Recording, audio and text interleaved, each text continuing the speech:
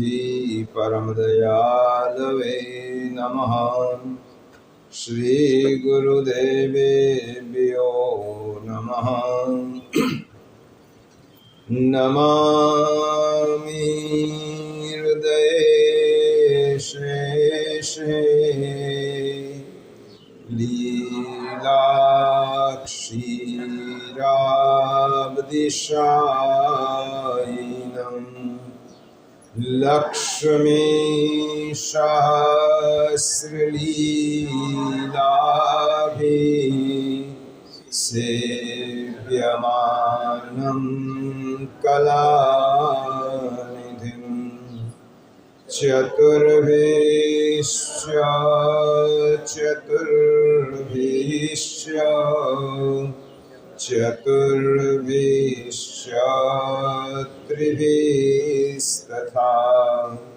षड्भिर्विराजते योऽसौ पञ्चधा हृदये मम। पञ्चधा हृदये मम।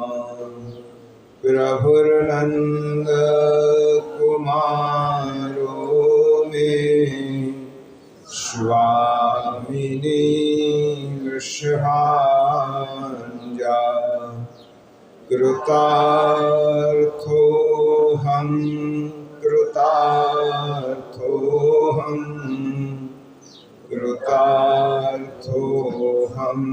न संशयः। तस्य सेवा प्रकुर्वीत यावज्जीवं स्वधर्मतः। न फलार्थं न भोगार्थं न प्रतिष्ठा प्रसिद्धये। शुद्धभावो प्रभो स्थाप्यो न चातुर्यप्रयोजकम्। अन्तर्यामी समस्तानां भावं जानाति मानसम्। योऽन्तःप्रविश्य मम वाचमिमां प्रसुप्तां सञ्जीवयत्यखिलशक्तिधरस्वधाम्ना। अन्यांश्च हस्तचरणश्रवणत्वगादीन् प्राणान्नमो भगवते पुरुषाय तुभ्यं। भूतैर्महद्भिर्य इमा पुरो विभु निर्मायशेते यदमुषु पुरुषः। भुङ्क्ते गुणान् षोडश सोऽलङ्कृशिष्टैर्भगवान् वचांसि मे।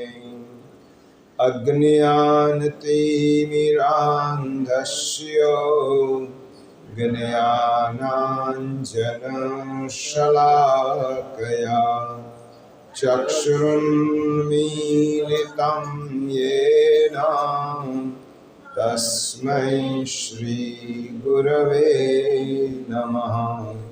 तस्मै श्रीगुरवे नमः। बोलिए श्री गोवर्धन नाथ की जय। श्री वल्लभाधीश की जय। श्याम सुंदर श्री यमुने महारानी की जय। श्री गोसाई जी परम दयाल की जय। श्री गोकुलनाथ की जय। श्री हरिराय महाप्रभु की जय। श्री भागवत भगवान की जय। बोलिए श्री गिरिराज धरण की जय। राधे कृष्ण गोविंद गोपाल राधे माधवा। राधे कृष्ण गोविंद गोपाल राधे माधवा। राधे कृष्ण गोविंद गोपाल राधे माधवा।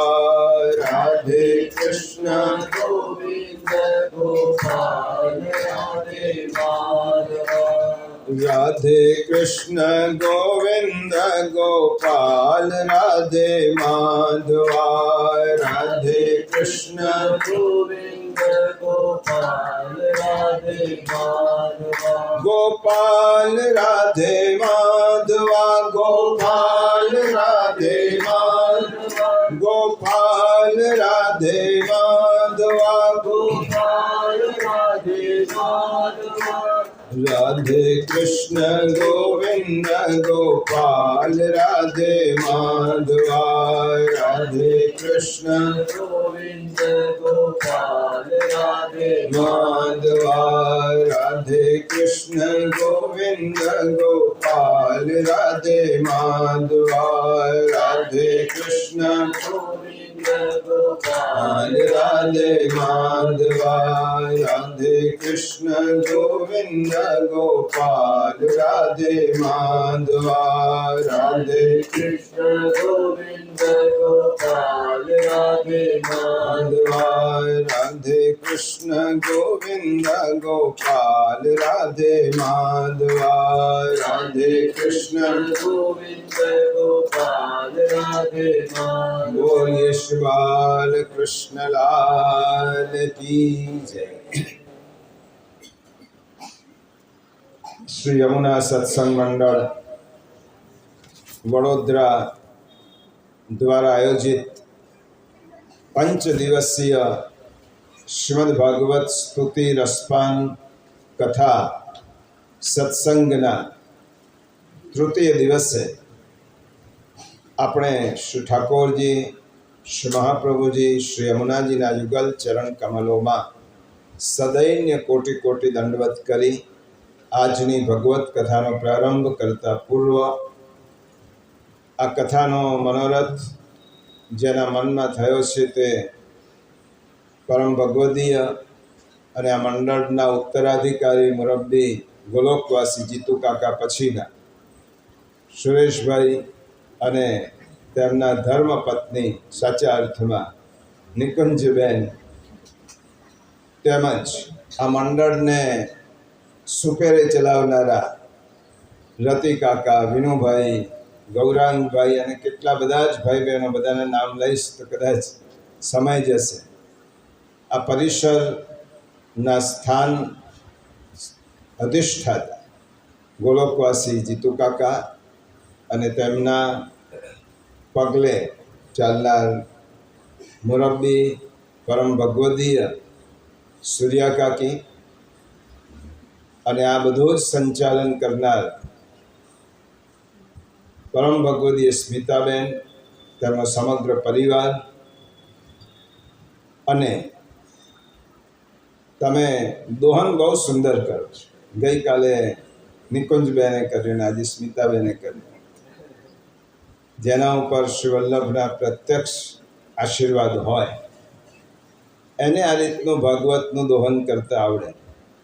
અને આપ સૌ ખૂબ સૌભાગ્યશાળી છો કે મહારાષ્ટ્રના નિત્ય લીલાસ્થ ચંદ્રગોપાલ મહારાષ્ટ્રના આશીર્વાદ, પ્રેરણા આપ સૌને મળતા રહ્યા છે.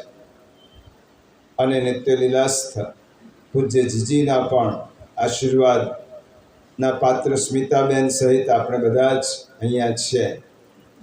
એટલા માટે આપણે બહુ જ સૌભાગ્યશાળી છીએ કે વલ્લભ અને ભગવદીય આ બંનેના આશીર્વાદથી આપણે અહીંયા બેઠા છીએ. અને એ લોકોએ આપણને આશીર્વાદ આપ્યા તો જ આપણે આવા સમય ઘેર પહોંચતા પહોંચતા ભલે 1.5-2 કલાક થઈ ગયા હોય 9 વાગી ગયા હોય, પાણી ભરાઈ ગયા હોય, અને છતાં પણ આપણી આ શ્રવણ અને સ્મરણ નિષ્ઠા એ ચૂકાય નહીં. તે ધૈર્ય તો શ્રી મહાપ્રભુજી જ કૃપા કરે તો આપણને આપી શકે. એવા ધૈર્યવાન, વિવેકવાન સર્વ વૈષ્ણવોને સાનુને જય શ્રી કૃષ્ણ.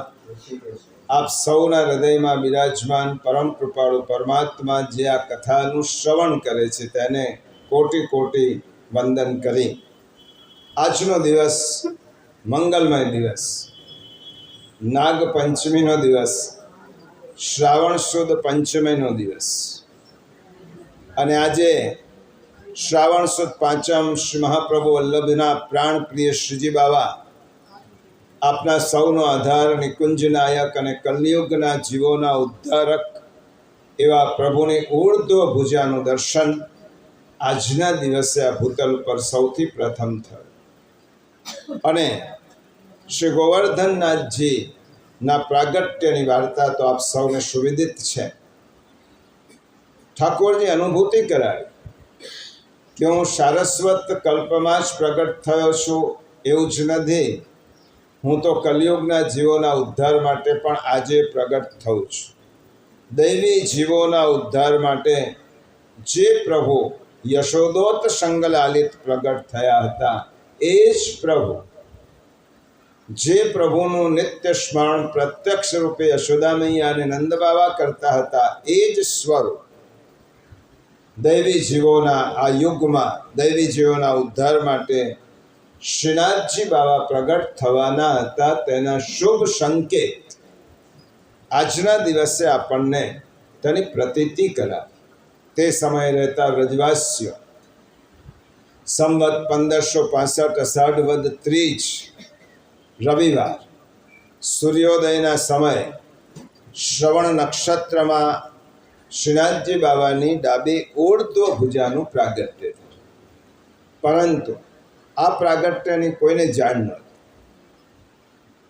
પરંતુ 17 દિવસે શ્રાવણ સુદ પાંચમના રોજ આન્યોલના વ્રજવાસીઓએ સૌથી પ્રથમ આના દર્શન કર્યા.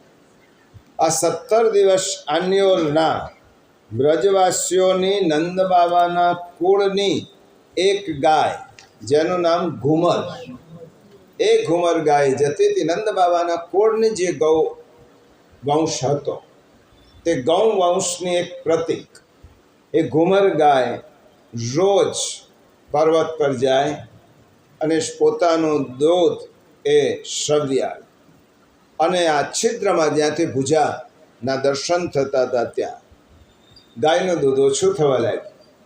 એટલે વ્રજવાસીઓએ તપાસ કરી અને તે સમયે ઉર્ધ્વ ભુજાના પ્રથમ દર્શન આ વ્રજવાસીઓને થયા. અને પ્રભુના પ્રાગટ્યની બધાઈનો દિવસ આજનો ગણાય. પ્રાગટ્યની બધાઈનો દિવસ એટલા માટે આજે તો ખરેખર એ ગિરિરાજ બાવાના પ્રાગટ્યનું ધોળ કીર્તન પણ આપણે છેલ્લે લઈશું. આજે પ્રાગટ્યને બધાઈનું દોડ 70 વર્ષ પછી આ ઉર્ધ્વ ભુજા પ્રગટ થયાના 70 વર્ષ પછી 1535 સંવત ચૈત્રવદ 11 રવિવારે શતભિષા નક્ષત્રમાં મધ્યાહ્ન સમયે શ્રીનાથજીના મુખારવિંદનું પ્રાગટ્ય થયું.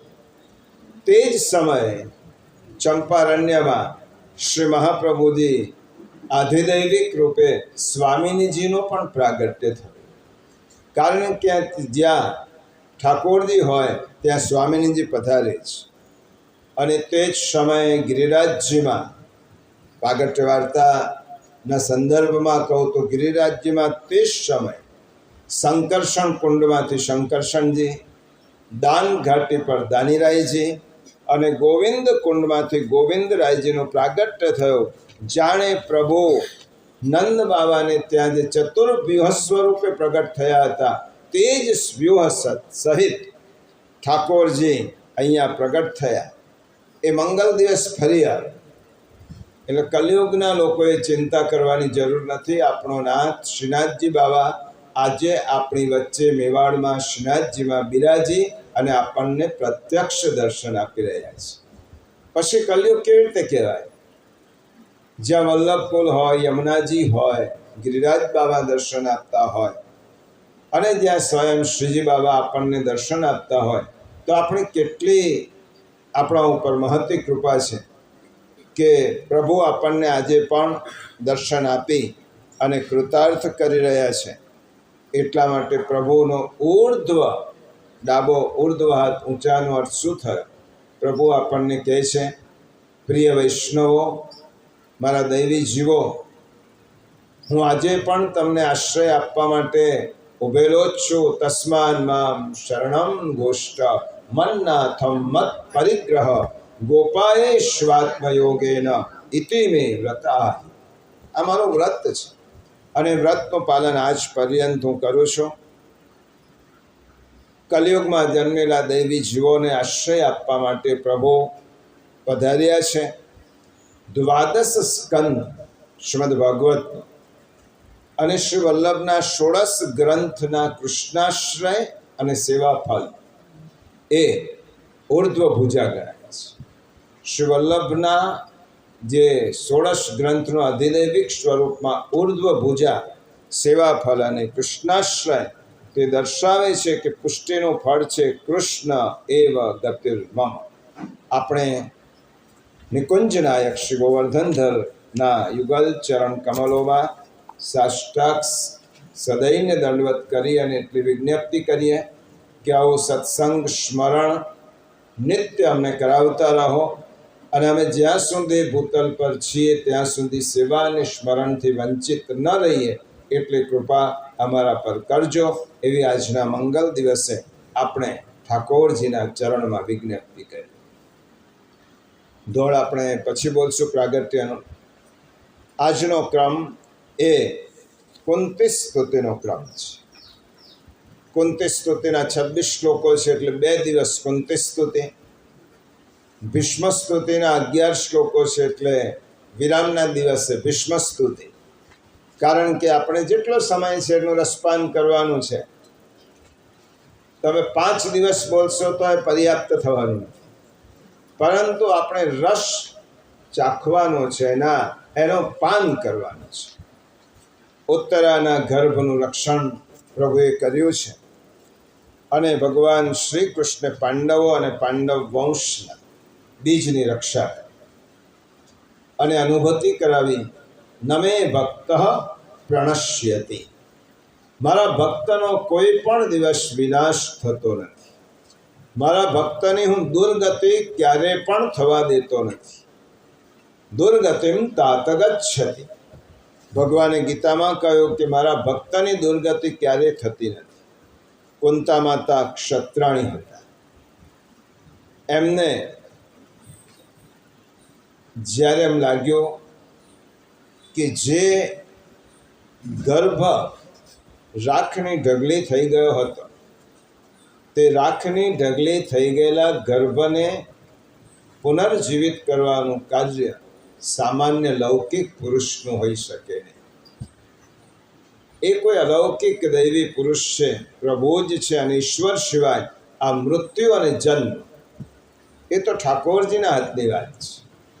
અને ઉત્તરાના ગર્ભને જો સજીવન રહ્યો હોય, સજીવન થયો હોય, તો તે સજીવન કરનાર હું જેને મારા ભાઈ વાસુદેવના પુત્ર ગણું છું, એ માત્ર દિવ્ય પુરુષ જ નહીં, પરંતુ આ સૃષ્ટિના નાથ છે, ઈશ્વર છે.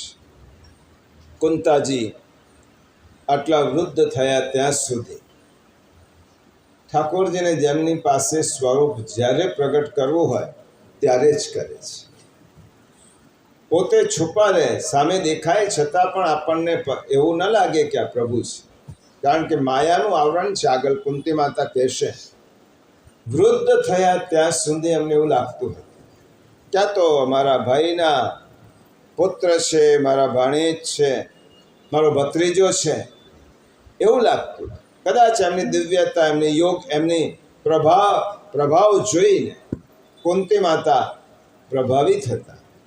પરંતુ જ્યારે એમના અનંત ઉપકારો જોઈને તેમના પ્રત્યે કૃતજ્ઞતા પણ હતી, પરંતુ છેલ્લી ઘટના બન્યા પછી, બ્રહ્માસ્ત્રનું નિવારણ થયા પછી કુંતી માતાને લાગ્યું કે આ તો કોઈ પરાક્રમી કે પ્રભાવી પુરુષ નથી, આ તો સ્વયં પરમેશ્વર છે. હું જેને એમ જાણતી તે પરમેશ્વર છે. પ્રભુને ઈચ્છા થઈ કે ફોઈબાને સ્વરૂપનું જ્ઞાન થવું છે. અને ભગવાન કૃપા કરે. જો યશોદા મૈયાને પણ ઠાકોરજીએ 2 વાર સ્વરૂપ દર્શન કરાવ્યા છે પોતાને, પણ પછી ઠાકોરજીને લાગ્યું કે જો હમણાંથી મારી માને મારા સ્વરૂપનું મહાત્મ્ય ખબર પડશે તો અહીંયા મારો વાત્સલ્ય ભાવ અટકી જશે અને હજી ઘણી લીલાઓ કરવાની છે. એટલા માટે પ્રભુએ યશોદા મૈયાના દ્રષ્ટિ પર પણ માયાનું આવરણ કર્યું છે. અને તે વખતે કુંતી માતા હવે વિચાર કરે છે કે સ્વયં ઈશ્વર પરમેશ્વર પ્રભુ જ જ્યારે અમારી વચ્ચે અમારા સ્વજન, અમારા આત્મીયજન, ત્યાં અવતારો ને સામે,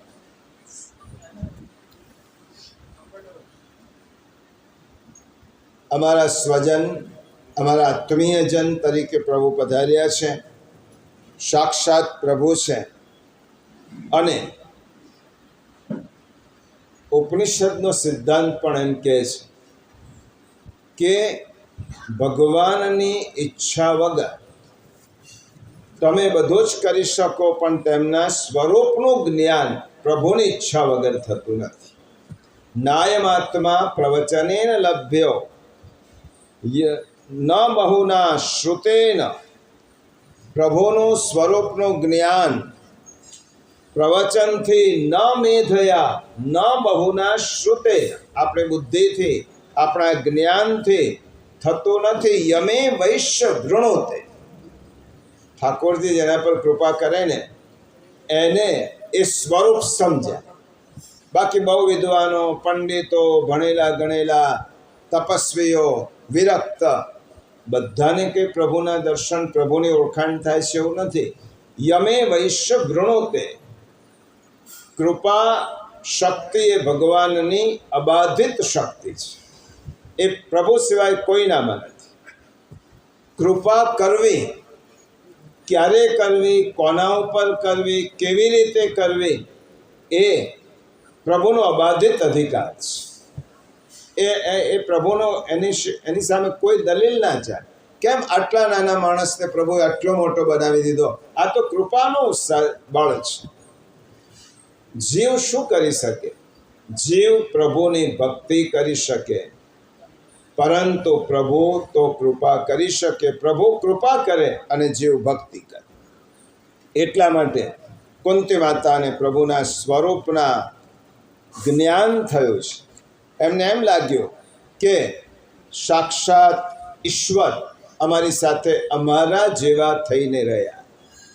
ગઈકાલે આપણે દ્રૌપદીની વાત કરી, ઉત્તરાજીની વાત કરી.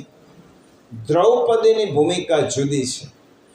દ્રૌપદીનો આત્મીય સંબંધ છે, ઉત્તરાજીનો પ્રભુ સાથે શરણાગતનો સંબંધ છે. જો બધાની ભૂમિકા પ્રભુએ શ્રીમદ ભગવદ્ ગીતામાં કહ્યું, યે યથામામ પ્રપદ્યન્તે તાંસ તથૈવ ભજામ્યહમ. તમે જે ભાવે ઈશ્વરને ભજશો તે ભાવ ઈશ્વર તમારી સન્મુખ વ્યક્ત કરશે. તમે ઈશ્વરને પુત્ર તરીકે ભજશો તો પ્રભુ તમારી સામે પુત્ર તરીકે દર્શન આપશે. તમે તેમને પ્રિયતમ તરીકે ભજશો તો ગોપિકાઓને પ્રિયતમ તરીકે ભગવાન દેખાયા. યશોદા મૈયાને પોતાના પુત્ર તરીકે દેખાયા. જે ભાવ તમે ભગવાનમાં જોડશો તેવા ભાવથી પ્રભુ તમને દર્શન આપશે. જાકી રહી ભાવના જૈસી પ્રભુ મુહૂર્ત તિન દેખી તૈસ. જેની જેવી ભાવના હતી એવા દર્શન ભગવાને ભાગવતમાં અને રામાયણ પોતાના ભક્તોને કરાવ્યા છે. દ્રૌપદીની ભૂમિકા આત્મીય સંબંધની હતી.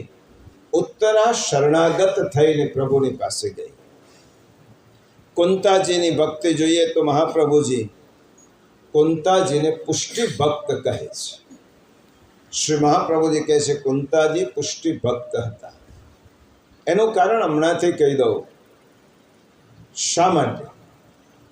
જેને પ્રભુનો એક ક્ષણનો પણ વિયોગ સહન ન થાય એની પુષ્ટિ ભક્તિ કહેવાય. એક પણ ક્ષણનો વિયોગ ભાગવતમાં જ છે કે જે ક્ષણે કુંતી માતા અર્જુન આવે છે શ્રી કૃષ્ણ પ્રભુના સ્વધામ ગમન પધાર્યાના સમાચાર લઈ, દુઃખી બેબાકડા થયેલા વિષાદગ્રસ્ત અર્જુન યુધિષ્ઠિર મહારાજના ગોદમાં પડીને ધ્રુસકે ધ્રુસકે રડે છે, મોટા ભાઈ આપણા પ્રાણ પ્રિય શ્રી કૃષ્ણ પ્રભુ સદેહે આપની વચ્ચે રહ્યા નથી. અને ત્યારે કુંતી માતા આવે છે, શું થયું? અને જે ક્ષણે આ સમાચાર સાંભળ્યા તે જ ક્ષણે કુંતી માતાએ પોતાના દેહનો ત્યાગ કર્યો છે. એ જ ક્ષણે અમારા પ્રભુ રહ્યા નથી, હવે આ દેહને ટકાવીને શું કરવા? અને હરિરાય ચરણ એમ કહે છે કે આપણા જીવનમાં કુંતી જેવું ભાગ્ય ક્યાંથી આવે? કુંતી સદ્રશ્ય ભાગ્યમ, કુંતી જેવું ભાગ્ય આપણા જીવનમાં ક્યાંથી હોય કે જેને પ્રભુનો એક ક્ષણનો પણ વિયોગ સહન ન કરી શક્યા. પ્રભુનો વિયોગ એક ક્ષણ માટે પણ સહન ન થાય. તે કુંતી માતાને મહાપ્રભુજી કહે છે એ પુષ્ટિ ભક્ત હતા. પાંડવોને ત્યાં બે પુષ્ટિ ભક્ત, એક કુંતાજી અને એક વિદુરજી. જો ભક્તની જ્યારે કરીએ છીએ ત્યારે આપણે મર્યાદા ભક્ત અને પુષ્ટિ ભક્તની વાત કરીએ.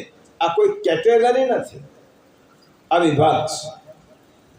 આ કોઈ ઊંચ નીચ નથી, પરંતુ એકનો સર્વસ્વ જેને પ્રભુને અર્પણ કરેલું છે, સર્વસ્વ નોછાવર કરેલું છે, એને પુષ્ટિ ભક્ત કહેવાય. કુંતાજી અને વિદુરજી આ બંને પુષ્ટિ ભક્ત હોય ત્યાં શ્રી કૃષ્ણની કૃપા અવશ્ય હોય જ. મેં ગઈકાલે કહ્યું હતું કે પ્રભુ ભક્તોના પક્ષપાતી છે. ભલે ભગવાને ગીતામાં એમ કહ્યું હોય સ્વમુખે, સુહૃદ નમે દ્વેષ્યોસ્તિ ન પ્રિય. આ દુનિયામાં મારું કોઈ દ્વેષી નથી ને મારું કોઈ પ્રિય નથી. પરંતુ શ્રીમદ ભાગવત એમ કહે છે પ્રભુ ભલે ગીતામાં કહ્યું હોય, પરંતુ પ્રભુ તો ભક્તોના પક્ષપાતી છે. મારો ભક્ત છે અને ભક્તનું સર્વસ્વ સંભાળવા માટે પ્રભુ તેની પાસે પહોંચી જાય છે. કુંતાજી, ઉત્તરાજી, દ્રૌપદીજી, સુભદ્રાજી આ બધા નારી ભક્ત. પ્રથમ સ્કંદમાં જેની કથા આવે છે તે 4 નારી ભક્તો કુંતાજી, ઉત્તરાજી, દ્રૌપદીજી, સુભદ્રાજી. ભગવાન સાથે આ 4 સ્ત્રીઓ 2 સંબંધથી જોડાયેલી છે. કૃષ્ણ સાથે આ બધી જ સ્ત્રીઓ 2 સંબંધથી જોડાયેલી છે. કયા? કુળનો સંબંધ અને કાળજાનો સંબંધ. કુળનો પણ સંબંધ છે અને કાળજાનો પણ સંબંધ છે. રુધિરનો પણ સંબંધ છે અને રાગનો પણ સંબંધ છે. લોહીનો પણ સગાઈ છે અને અંદરથી રાગ પણ છે. આ બંને રીતે જોડાયેલા છે. સગા પણ છે અને વાલા પણ છે. નહીં તો કેટલાક સગા વાલા નથી હોતા અને કેટલાક વાલા સગા નથી હોતા. બધા જ સગા વાલા નથી હોતા અને બધા જ વાલા સગા નથી. પરંતુ આ નારીઓ એવી છે કે જેને પ્રભુ સાથે સગપણ પણ છે અને પ્રેમ પણ છે. એટલા માટે 4 સંબંધથી જોડાયેલા છે. ભગવાન હવે બધો જ પાંડવોનું કાર્ય પૂર્ણ થયું છે. શરણાગતનું કાર્ય પૂર્ણ કરવા માટે પ્રભુ પ્રતિજ્ઞાબદ્ધ છે. શરણસ્થ સમુદ્ધારમ કૃષ્ણમ વિજ્ઞાપયામ્યહમ. શરણાગતનો ઉદ્ધાર જ છો. હવે પાંડવોના બધા જ કાર્ય પૂર્ણ થયા છે. યુધિષ્ઠિર રાજ્ય મળી ગયું, રાજ્ય ગાદી મળી ગઈ છે.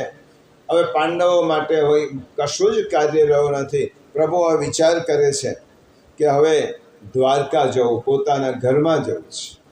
ઠાકોરજી દ્વારિકાધીશ દ્વારિકા જવાની તૈયારી કરે છે. કુંતાજી શ્રી કૃષ્ણના પ્રેમના આવેશને લઈ ઠાકોરજી જ્યારે જાય છે, ભાગવતમાં ખૂબ સુંદર વર્ણન છે. પોતાનાથી વડીલ હતા એને પ્રભુ પગે પડ્યા છે, પોતાને સમવયસ્ક હતા એને આલિંગન આપ્યું છે, પોતાનાથી નાના હતા એને આશીર્વાદ આપ્યા છે. અને પ્રભુએ બધાની રજા માંગી.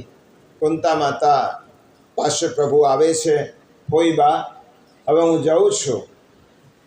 અત્યંત ભાવના ઉભરાને કારણે આવેશ ન આપી શક્યા, એ આ પ્રભુને આજ્ઞા ન આપી શક્યા, બોલી ન શક્યા. 7મા સ્કંદમાં પ્રહલાદજી 2 જાતના દુઃખનું વર્ણન કરે છે. એક તો પ્રિયનો વિયોગ, આ પણ દુઃખ, અને બીજું દુઃખ કયું? અપ્રિયનો સંયોગ. પ્રહલાદજી કહે છે 2 દુઃખ હોય.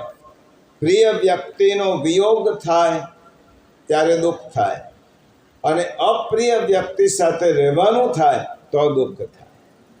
તમે જોજો કે આપણા પ્રિય માણસ આપણાથી દૂર જાય, એનો વિયોગ થાય ત્યારે જે દુઃખ થાય, માણસ સંપત્તિ વગર ચલાવી શકે, સમૃદ્ધિ વગર ચલાવી શકે, સાધનો વગર ચલાવી શકે. સ્નેહીજનોના સાથ વગર જાણે જીવનની ક્ષણો થંભી જતી હોય તેમ લાગે. જ્યારે કોઈનો સાથ ન હોય ત્યારે જીવન થંભી જતું હોય, એ રોકાઈ જતું હોય તેવો અનુભવ થાય, અને જીવન નૌકા જાણે વચ્ચે હાલક ડોલક થવા માંડે. આ સ્નેહીજન પ્રિયજનના વિયોગ વગર જીવવું એ અશક્ય છે. અને બીજું અપ્રિયનો સંયોગ. ન ગમતો માણસ તમને મળી જાય તો તમને એમ થાય કે આ ક્યારે અહીંયાથી જાય. ન ગમતા માણસ સાથે આપણો પાલો પડે ત્યારે એમ લાગે કે આ સમય આટલો બધો જલ્દી જતો નથી. અને પ્રિય માણસ સાથે હોય ત્યારે સમય જલ્દી જતો હોય તેમ લાગે. કુંતાજી ને ઘણા વર્ષો સુધી કૌરવો સાથે સંઘર્ષ સહન કરવો પડ્યો. અપ્રિય વ્યક્તિનો સંયોગ દૂર થયો અને પ્રિય શ્રી કૃષ્ણની સાથેનો સંયોગ શરૂ થયો. અને હવે જ્યારે જીવનનો આનંદ છે ત્યારે શ્રી કૃષ્ણ પ્રભુ જવા માટે રજા માંગી રહ્યા છે. અત્યાર સુધી તો કૌરવોની વચ્ચે ઘેરાયેલી હતી, અપ્રિય લોકોની સાથે રહેવાનું હતું, અને તે વખતે જીવન સંઘર્ષમય લાગતું હતું. એ સંઘર્ષ દૂર થયા. ઠાકોરજી પાસે હતા, શ્રી કૃષ્ણ પ્રભુ પાસે હતા, અને તેમનું દર્શન કરી, સ્મરણ કરી, તેમની સાથેનો મધુર વાર્તાલાપ કરી જીવન જીવવાનો આનંદ હતો. ત્યારે શ્રી કૃષ્ણ પ્રભુ આજે મારી પાસે જવાની રજા માંગી રહ્યા છે. કુંતા માતા ના હૃદયના ખૂણે ખૂણેથી પ્રભુના પ્રેમથી આર્દ્ર થયેલા કુંતા માતા ના આંખમાંથી અશ્રુ પ્રવાહ વહેવાની જ તૈયારી છે. વિદાયના શબ્દો જ્યારે કૃષ્ણ પ્રભુ કહે છે, હે ફોઈબા હું જાઉં છું, કૃષ્ણ રજા માંગે છે. કુંતા માતા રોકવા માટે પ્રાર્થના કરે છે. કુંતાજીની સ્તુતિમાં જાણે કસ્તુરીની સુગંધ પ્રગટ થઈ રહી હોય, અંતરનું અજવાળું ફેલાઈ રહ્યું હોય, એવો અહેસાસ કુંતાજીની સ્તુતિ વાંચતા અને સાંભળતા થાય છે. માણસનો પરિચય એના વાક્ય પરથી થાય. યદા યદા મુંચતિ વાક્ય બાણમ તદા તદા જાતિ કુલક પ્રમાણ. કુંતાજીની વાણીમાં એમનું વ્યક્તિત્વ પ્રગટ થયું છે. ખૂબ સુંદર સ્તુતિ છે. 26 શ્લોકોની સ્તુતિ છે. કુંતા માતાની સ્તુતિ પ્રથમ સ્કંદમાં 26 શ્લોકો. શ્રી મહાપ્રભુજી કહે છે 26 શ્લોકો 26 તત્વોનું નિરૂપણ કરે છે. 26 પ્રકારના તત્વો છે એનું નિરૂપણ કરે છે. અને 26 તત્વોને જે અતિક્રમી જાય એ પ્રભુને પામે છે. 26 પ્રકૃતિના તત્વો છે. સાંખ્ય દર્શન અનુસાર આ 26 તત્વોને જે અતિક્રમણ કરી લે છે એ પ્રકૃતિને છોડી અને પુરુષ એટલે આદ્ય પુરુષને પામી લે છે. સમગ્ર પાંડવ કુળ પર જો ભક્ત કહી શકાય તેવા કુંતાજી અને દ્રૌપદીજીની ભૂમિકા આપણે સમજતા હતા. શ્રી કૃષ્ણ પ્રભુએ જો કોઈને અનન્ય પ્રેમ કર્યો હોય સ્ત્રી પાત્રોમાં તો કુંતાજી અને દ્રૌપદીજી. કુંતાજીનો વાત્સલ્ય ભાવ છે, દ્રૌપદીજીનો સખ્ય ભાવ છે. દ્રૌપદીજી પ્રભુ પ્રત્યે સખ્ય ભાવથી જોડાયેલા છે. કૃષ્ણ મારા મિત્ર છે અને કુંતાજી વાત્સલ્ય ભાવથી જોડાય, મારો ભત્રીજો છે, મારો દીકરો છે. પરંતુ બંનેના પ્રેમની અંદર નારીનું વાત્સલ્ય તો છે જ. બંનેમાં પ્રેમ, જો ભાગવતમાં કહ્યું, નારી હૃદયમાં જેટલી સ્નેહની સરવાણી ફૂટે છે એટલી પુરુષ હૃદયમાં ફૂટતી નથી. કારણ કે નારીનો જન્મ જ સ્નેહ સાથે થાય છે. એટલા માટે ઈશ્વરની પ્રાપ્તિ કરવી હોય તો છેલ્લો જન્મ તો સ્ત્રીનો જ લેવો પડે, ગોપી જ બનવું પડે તો જ પ્રભુની પ્રાપ્તિ થાય. ગોપી બન્યા વગર શ્યામ સુંદર મળતા પણ નથી.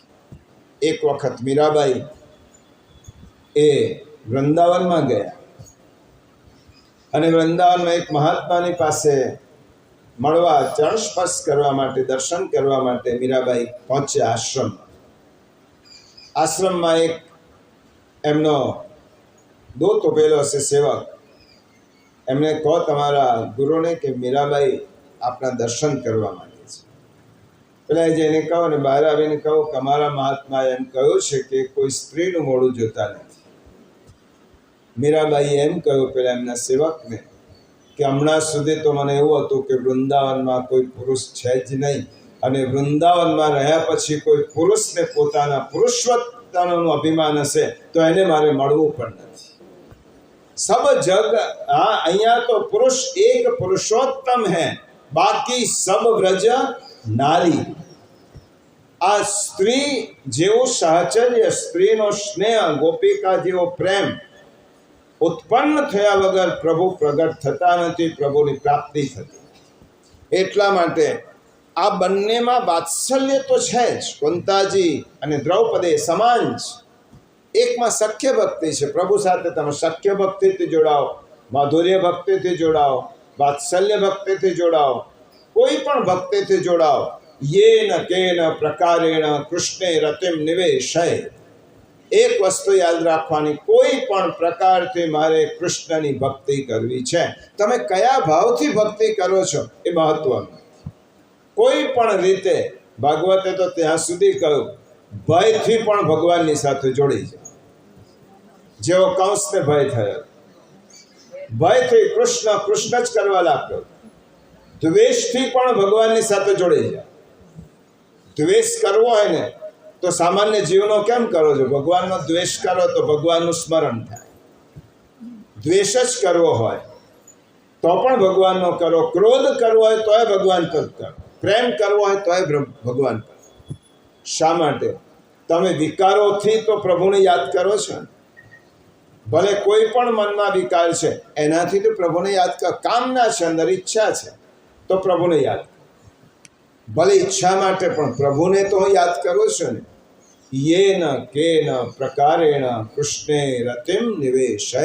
કોઈ પણ પ્રકારે આપણું ચિત્ત પ્રભુમાં ચોંટવું જોઈએ. અને ભાગવત એમ કહે છે, ઠાકોરજી તો પારસમણી છે. પારસમણી લોખંડને સ્પર્શ કરે તો લોખંડનું સુવર્ણ બની જાય. પારસમણીને તોડવા માટે પણ લોખંડનો હથોડો જ્યારે પ્રયત્ન કરે તો હથોડો પણ સોનાનો બની જાય. પારસમણી એમ વિચાર કરતો નથી કે આ હથોડો મને તોડવા માટે આવ્યો છે તો એને સોનું કેમ બનાવું. તમે પ્રભુની પાસે બે જોડાઓ તો પ્રભુ તમારા પર કૃપા કરે. એનો અર્થ એમ નહીં કે પ્રભુની સાથે દ્વેષ કરવો, પ્રભુની પાસે ક્રોધ કરવો, પરંતુ કરવું જ હોય તો પ્રભુને જ કેન્દ્રમાં રાખ. એટલા માટે દ્રૌપદી પ્રેમ જીવનના 3 પ્રસંગો એવા છે. મૂળ વસ્તુ નારી હૃદય જોઈએ. સ્તુતિના 3 પ્રસંગો એવા છે, દુઃખ, સુખ અને અંતકાળ. દુઃખના પ્રસંગો સુખના પ્રસંગો અને અંતકાલના પ્રસંગો. જો જીવન તો સુખ દુઃખની ઘટમાળ છે. કાં તો આપણે દુઃખી હોઈએ, કાં તો સુખી હોઈએ, બેમાંથી એક તો રહેવાનું જ છે. સુખ અને દુઃખ ક્રમ પ્રમાણે ચાલ્યા જ કરવાના છે.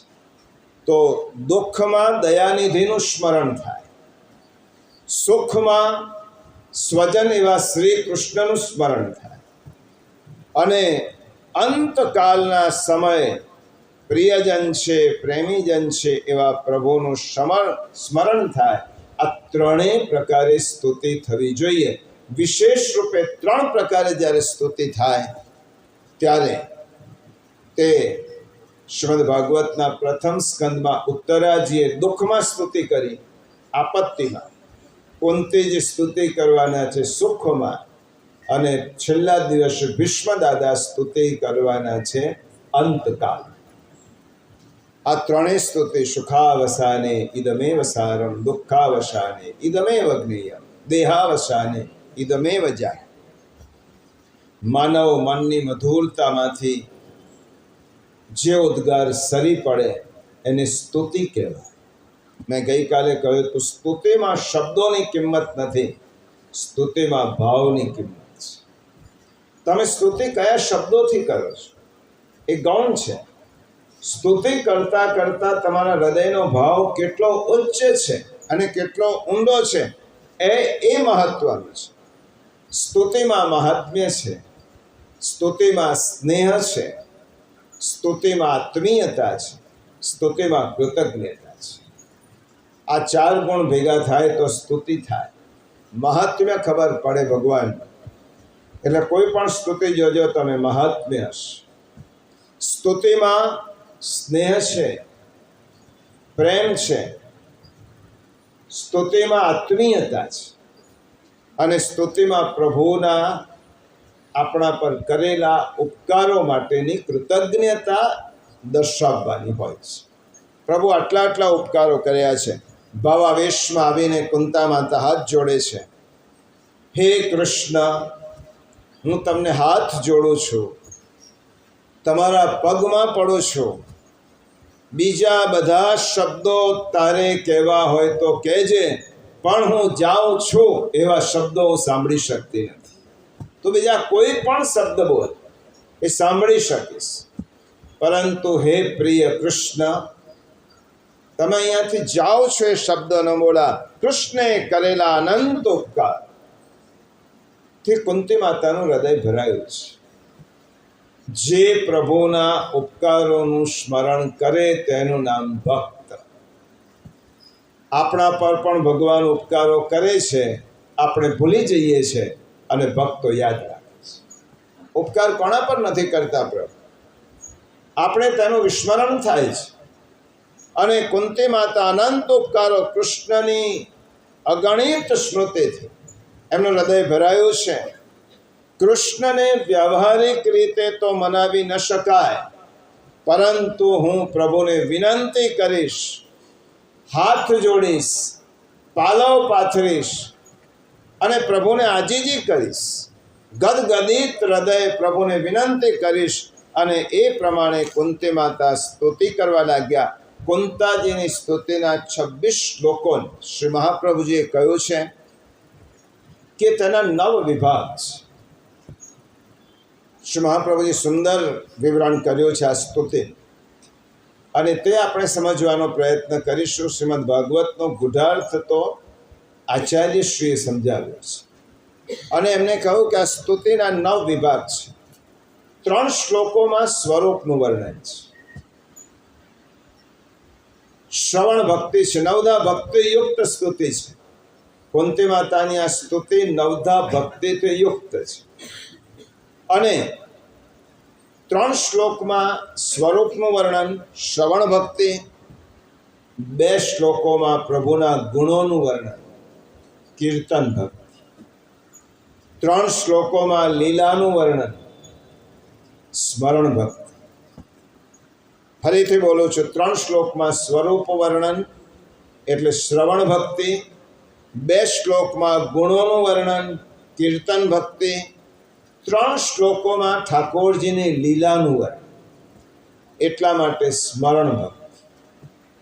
પછીના 4 શ્લોકોમાં પ્રભુને મેળવવા દુર્ગનેય છે એટલા સહેલા નથી. અર્ચન ભક્તિ. પ્રભુને મેળવવા એટલા સરળ પણ નથી. અને કોઈ એમ માનતો હોય કે પ્રભુને મેળવવા તો એક ડાબા હાથનો ખેલ છે, તો એના માટે પ્રભુને મેળવવા સરળ નથી. અને કોઈ એમ માનતો હોય કે પ્રભુ મેળવવા બહુ અઘરા છે, તો એના માટે પ્રભુને મેળવવા એટલા અઘરા નથી. એટલા માટે 4 શ્લોકમાં અર્ચન ભક્તિ, 2 શ્લોકમાં પ્રભુના લક્ષણ બતાવ્યા છે. પછીના 2 શ્લોકમાં એટલે વંદન ભક્તિ, 4 શ્લોકમાં ભગવાનના પ્રાગટ્યનું કારણ કહ્યું છે. ઠાકોરજીના પ્રાગટ્યનું કારણ, એટલા માટે પાદ સેવન ભક્તિ. નવદા ભક્તિ તો યાદ છે ને, શ્રવણમ કીર્તનમ વિષ્ણુ સ્મરણમ પાદ સેવનમ અર્ચનમ વંદનમ દાસ્યમ સખ્યમ આત્મનિવેદનમ. પાદ સેવન ભક્તિ. પછીના 1 શ્લોકમાં ફલનું વર્ણન છે, દાસ્ય ભક્તિ. 1 શ્લોકમાં ફળનું વર્ણન, દાસ્ય ભક્તિ. પછીના 4 શ્લોકમાં દૈન્ય દર્શાવ્યું છે.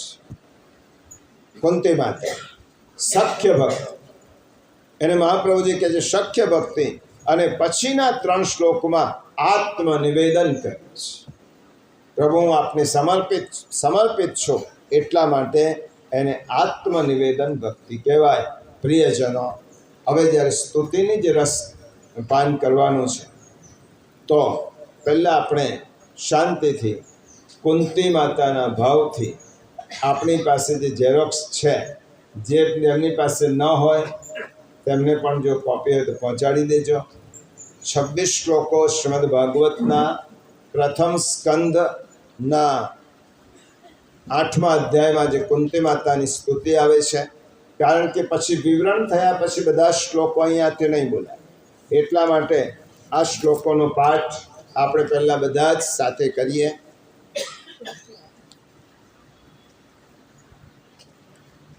આવી ગયો ત્યાં કાગળ,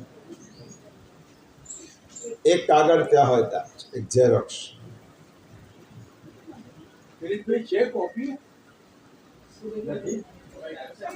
એક લો. કુંતી માતા 26 શ્લોકોમાં ઠાકોરજીને આટલા ભાવ સાથે વિનંતી કરે છે. એનું વિવરણ આપણે સમજીએ છીએ, આજે પણ સમજશો, આવતીકાલે પણ સમજવાના છીએ. કારણ કે 26 શ્લોકો છે, એક દિવસમાં 26 શ્લોકો ન સમજાય. અને પછી તો ભીષ્મ સ્તુતિ છે. નમસ્યે પુરુષમ ત્વાદ્યમ ઈશ્વરમ પ્રકૃતે પરમ અલક્ષ્યમ સર્વભૂતાનામ અંતર્બહિરવસ્થિતમ માયાજવનિકાચ્છન્ન અજ્ઞાધોક્ષજમવ્યયમ ન લક્ષ્યસે મૂઢદ્રશા નટો નાટ્યધરો યથા તથા પરમહંસાનામ મુનિનામલાત્મનામ ભક્તિયોગ વિધાનાર્થમ કથમ પશ્યેમહિ સ્ત્રિયઃ કૃષ્ણાય વાસુદેવાય દેવકી નંદનાય ચ નંદગોપકુમારાય ગોવિંદાય નમો નમઃ. નમઃ પંકજનાભાય નમઃ પંકજમાલિને નમઃ પંકજનેત્રાય નમસ્તે પંકજાંગ્રયે યથા ઋષિકેશ ખલેન દેવકી કંસેન રુદ્ધાતિ ચિરં શુચાર્પિતા विमोचिताहं च सहात्मजा विभो त्वयैव नाथेन मुहुर्विपद्गणात् विशान्महाग्रे पुरुषाद् दर्शनां दशसभाया वनवासकृच्छतः मृधे मृधेनेकमहारथस्रतो द्रोणास्त्रजास्मान् हरेभिरक्षिताम् विपदः सन्तु न शश्वत् तत्र तत्र जगद्गुरो भवतो दर्शनं यत् स्यात् अपुनर्भवदर्शनम् जन्मैश्वर्यश्रुतश्रीभिः रेदमानमदः पुमान् नैवाहत्यभितातुं वै त्वामकिञ्चन गोचरम् नमो किञ्चन वित्ताय निवृत्तगुणवृत्तये आत्मारामाय शान्ताय कैवल्यपतये नमः मन्ये त्वां कालमीशानम् अनादिनिधनं विभुं समं चरन्तं सर्वत्र भूतानां यन्मिथः कलि न वेद कश्चिद् गर्भं न वेद कश्चिद् भगवंश्चिकीर्षितं तवेहमानस्य नृणां विमन्नदम् न यस्य कश्चित् दयितोऽस्ति कर्हिचित् द्वेष्यश्च यस्मिन् विषमामतिर्नृणां जन्म कर्म च विश्वात्मन् न जस्या कर्तुरात्मनः तिर्यङ् नृषीषु यादस्सु यदत्यन्त विडम्बनम् गोप्या ददे त्वयि कृतागशिधाम तावत् या ते दृशाशु कलिलाञ्जनसम्भ्रमाक्षं वक्त्रं निनीय भयभावनया स्थितस्य सा मां विमोहयति वीरपि यद्बिभेति केचिदाहोरजं जातं पुण्यश्लोकस्य कीर्तये यदोः प्रियस्यान् भवाये मलस्येव मलयस्येव चन्दनम् अपरे वसुदेवस्य देवक्यां याचितोऽभ्यगात् अजस्त्वमस्य क्षेमाय वधाय च सुरद्विषां भारावतारणायान्ये वो नाम इवो दधौ सीदन्त्या भूरिभावेण जातो यात्मा भुवार्थितः भवेष्मिन् क्लिश्यमानानाम् अविद्या कामकर्मभिः श्रवणस्मरणार्हाणि करिष्यन्नीति केचन शृण्वन्ति गायन्ति गृह्णन्त्यभिक्ष्णशः स्मरन्ति नन्दन्ति तवेहितं जनाः तदेव पश्यन्त्यचिरेण तावत् भवप्रवाहो परमं पदाम्बुजम् अप्याद्यनस्त्वं स्वकृते हितप्रभो जिहाशशिस्विन् सुहृदोऽनुजीविनः येषां न चान्यद् भवतः पदाम्बुजात् परायणं राजसुयोजिताः शाम् केवयं नामरूपाभ्यां यदुभिः सह पाण्डवः भवतो दर्शनं यर्हि ऋषिकाणामिवेशितुः नेयं शोभिष्यते तत्र यथेदानीं गदाधर त्वत्पदैरङ्किता भाति स्वलक्षणविलक्षितैः इमे जनपदा स्मृता सुपक्वौषधिविरुधः वनाद्रीनाद्युदन्वन्तो ये दन्ते तव वीक्षितैः अथ विश्वेश विश्वात्मन् विश्वमूर्तेष्वकेषु मे स्नेहपाशमिमं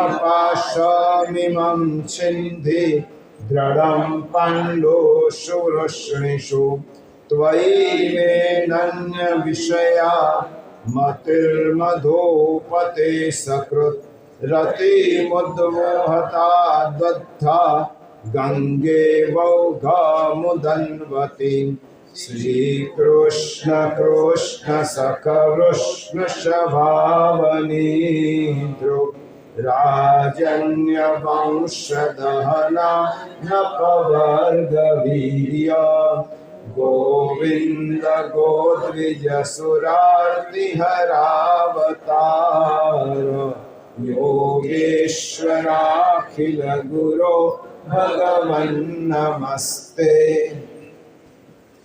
26 શ્લોકોમાં ખૂબ સુંદર મેં પરમ દિવસે કહ્યું હતું કે શ્રીમદ ભાગવત સ્તુતિ પ્રધાન ગ્રંથ છે, એમાં સ્તુતિની પ્રધાનતા છે અને કુંતી માતા પૂર્ણ આર્દ્ર ભાવથી પ્રભુના મહાત્મ્યને, સ્વરૂપને, ગુણોને, લીલાને આનું વર્ણન કરે છે.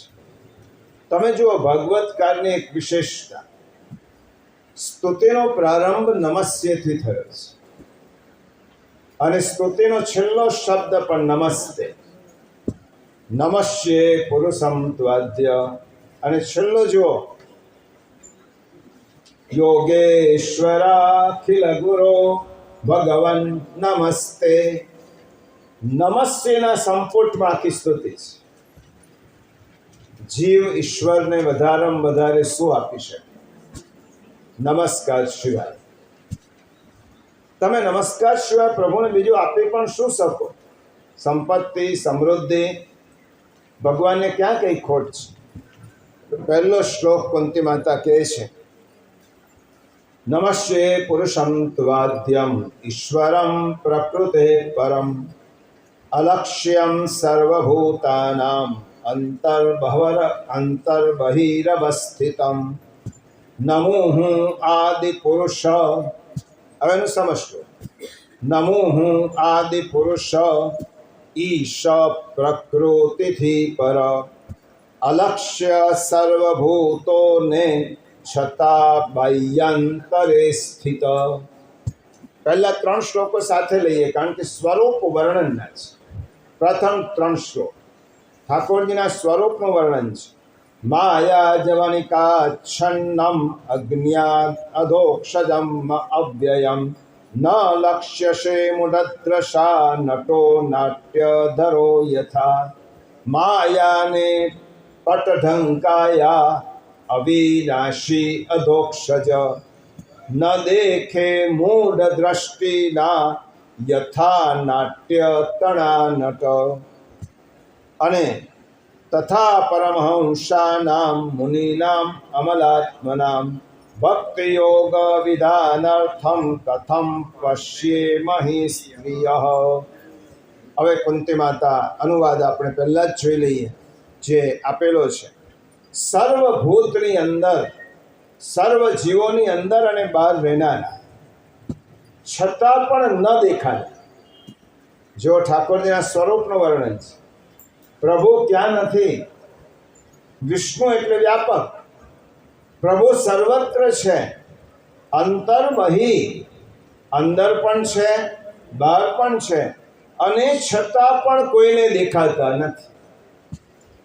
જેના પર કૃપા કરે છે એને દેખાય છે, છતાં પણ ન દેખાનારા પ્રકૃતિથી પર, ગઈકાલે આપણે સમજ્યા હતા, આદ્ય, કર્તુમ અકર્તુમ અન્યથા કર્તુમ સમર્થ એવા ઈશ્વર. આ ત્રણેય શ્લોકનો પહેલા અનુવાદ સમજીએ છીએ, પછી એનું વિવરણ સમજીશું. માયારૂપ અંતરપટથી ઢંકાય, ઠાકોરજી અંતરપટથી ઢંકાયેલા છે માયારૂપે, જેને ઇન્દ્રિયજન્ય જ્ઞાન પ્રાપ્ત કરી શકતું નથી, માટે અધોક્ષજ છે. આંખોથી જોઈ ન શકાય, કાનથી સાંભળી ન શકાય, ઇન્દ્રિયોથી પ્રભુને ન પ્રાપ્ત કરી શકાય, માટે અધોક્ષજ છે.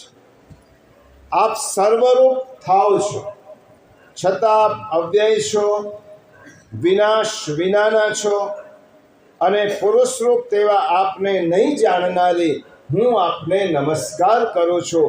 જેમ મૂઢ માણસ નાટકમાં અભિનય કરનાર નટને ખરા સ્વરૂપમાં જાણી શકતો નથી, તેવી રીતે આપનું ખરું સ્વરૂપ ન જાણતી હોવાથી કેવલ હું આપને નમસ્કાર કરું છું.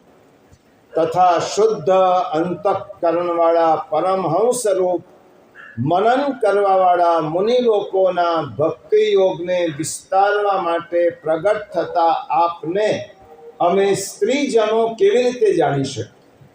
કુંતી માતાએ દિનતા પણ વ્યક્ત કરી છે. આ ત્રણ શ્લોકમાં સ્વરૂપનું વર્ણન કરતા સ્તુતિનો આરંભ નમસ્યેથી થયો છે. હે શ્યામ સુંદર, હું આપને વંદન કરું છું, હું આપને નમસ્કાર કરું છું. આપણે ત્યાં ત્રણ શબ્દો છે: નમસ્કાર, વંદન અને પ્રણામ. આ ભારતીય સંસ્કૃતિના એક વિશેષતા છે.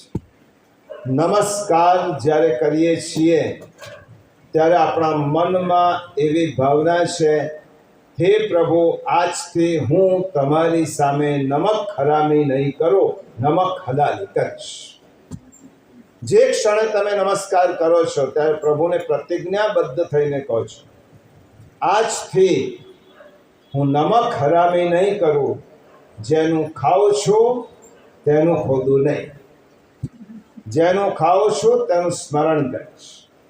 નમસ્કાર, પ્રણામ કરવાનો અર્થ એ થયો, અંદરથી આપણે પ્રતિજ્ઞાબદ્ધ થઈએ છીએ, પ્રભુ હું આપને પ્રામાણિક રહીશ, તો જ પ્રણામ કરું. પ્રભુ, આજથી હું આપને પ્રામાણિક, હવે હું તમારા તરફ અપ્રામાણિક નહીં રહું, હું જેવો છું તેવો આપને બતાવી દઈશ. હું અપ્રામાણિક નહીં રહું, પ્રામાણિક રહીશ. અને વંદન કરીએ છીએ, આજથી પ્રભુ હું આપને વફાદાર રહીશ. વફાદાર વ્યક્તિ વંદન કરી શકે તો પ્રભુ ગ્રાહ્ય રાખે. પ્રામાણિક વ્યક્તિ પ્રણામ કરી શકે તો પ્રભુ તેને સ્વીકારે. અને નમક હલાલ વ્યક્તિ પ્રભુને નમસ્કાર કરે તો પ્રભુ તેને પોતાનો માને.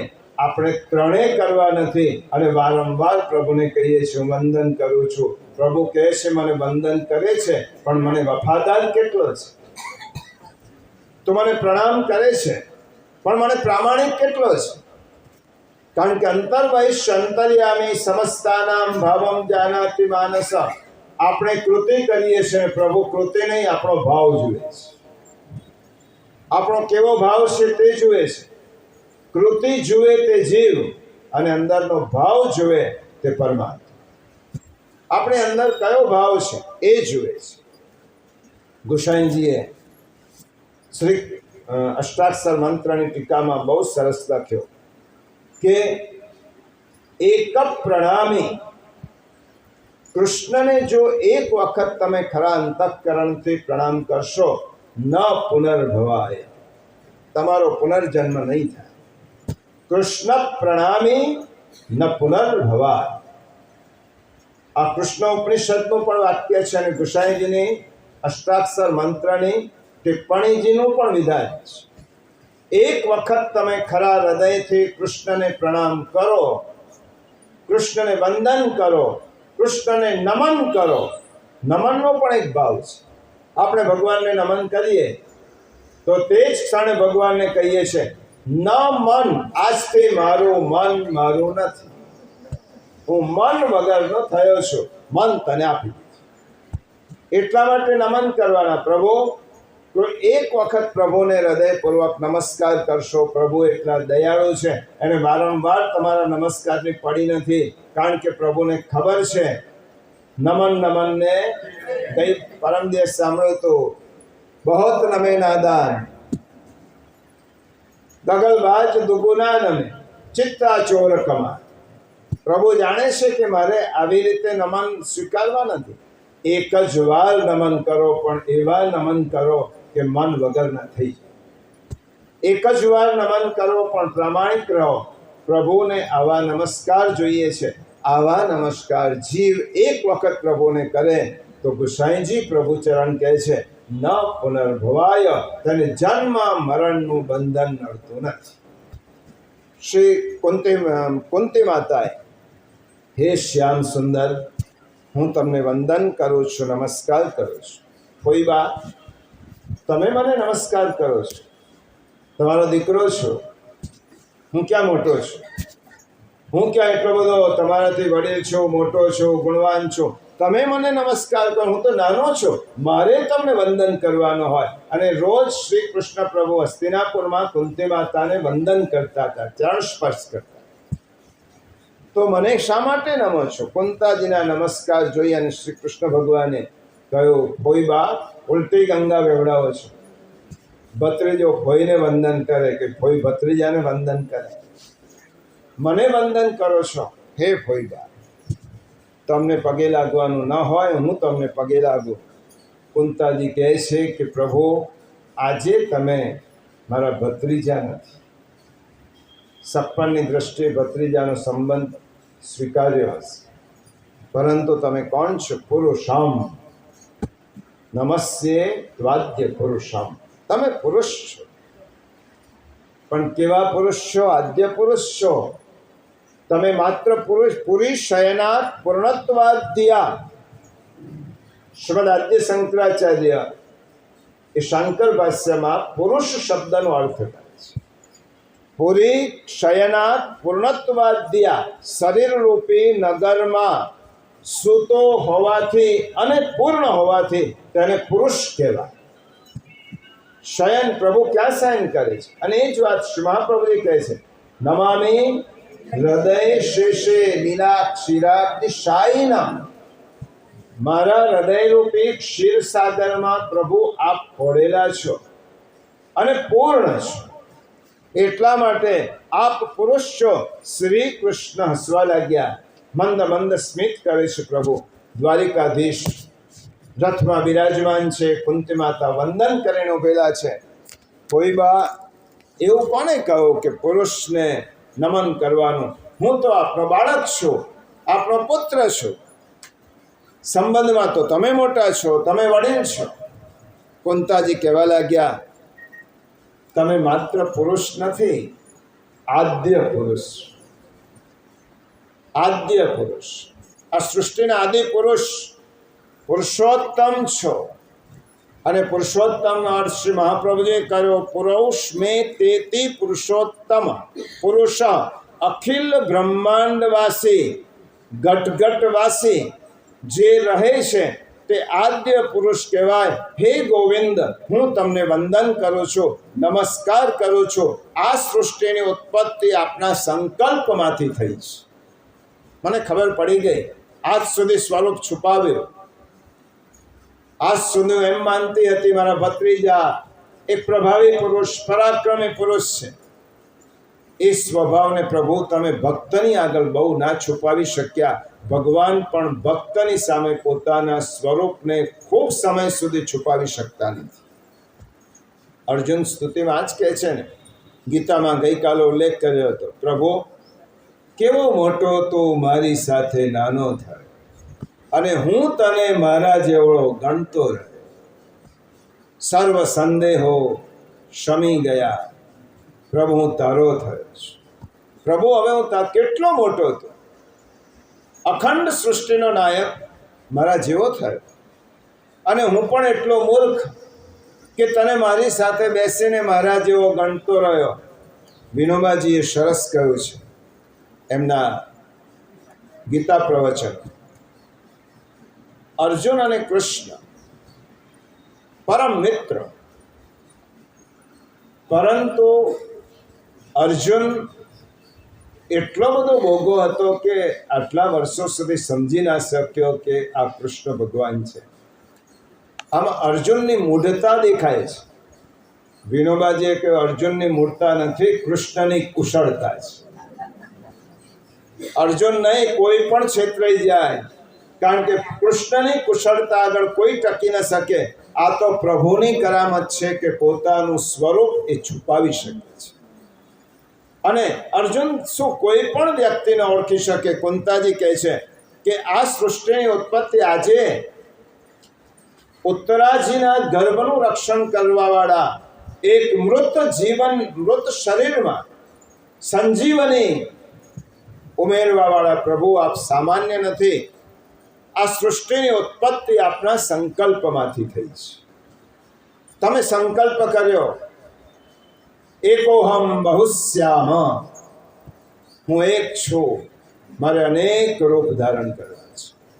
આ સૃષ્ટિની ઉત્પત્તિની કથા ભાગવતમાં, રામાયણમાં, વેદમાં, ઉપનિષદમાં આવે છે. પરમ પુરુષે પોતાના હૃદયમાંથી સંકલ્પ કર્યો અને પ્રભુને સૃષ્ટિ નિર્માણ કરવા માટે કોઈ વસ્તુ બહારથી લાવવી પડતી નથી. સંકલ્પ માત્રથી પ્રભુ સૃષ્ટિનું નિર્માણ કરે છે. એ જ ચતુશ્લોકીમાં ઉપદેશ છે શ્રીમદ ભાગવતના દ્વિતીય સ્કંદમાં. અમેવાસમેવાગ્રે નાન્યદ્યત સદસત્પરમ પશ્ચાદહમ યદેતચ્ચ યો વશિષ્યેત સોસ્મ્યહમ.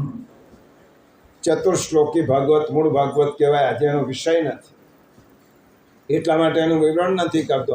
પણ કુંતી માતા એમ કહે છે કે આ સૃષ્ટિની ઉત્પત્તિ આપનામાંથી થઈ છે. સૃષ્ટિમાં આપ નથી, આપનામાં સૃષ્ટિ છે. બ્રહ્માંડમાં આપ નથી, તમે ભગવાનને કેવી રીતે જોઈ શકો? સૃષ્ટિમાં ભગવાન રહે તો તેને જોઈ શકાય, પણ ભગવાનમાં જ સૃષ્ટિ રહે તો આપણે કેવી રીતે જોવાય? આ સૃષ્ટિ ભગવાનમાં રહે છે. તત્ર તિષ્ઠતિ દશાંગુલમ. આ સમગ્ર સૃષ્ટિનો માપ કાઢો તો પણ 10 આંગળ જે વધે તેને પરબ્રહ્મ કહેવાય. અનંત કોટી સૂર્યમાળાઓ, બ્રહ્માંડો, આ બધા જ જેના ઉદરમાં સમાવિષ્ટ છે. તસ્યોદરાત, તેના ઉદરમાં સમાવિષ્ટ છે સમગ્ર બ્રહ્માંડ. તે પ્રભુ આપે સંકલ્પમાંથી સૃષ્ટિ ઉત્પન્ન કરી છે. શ્રીમદ ભગવદ્ ગીતામાં કહ્યું, પરસ્તસ્માત ભાવોન્યો વ્યક્તો વ્યક્તાત સનાતનમ યશ સર્વેષુ ભૂતેષુ નશ્યત્સુ ન વિનશ્યતિ. પ્રભુ આ પ્રકૃતિથી પર છે.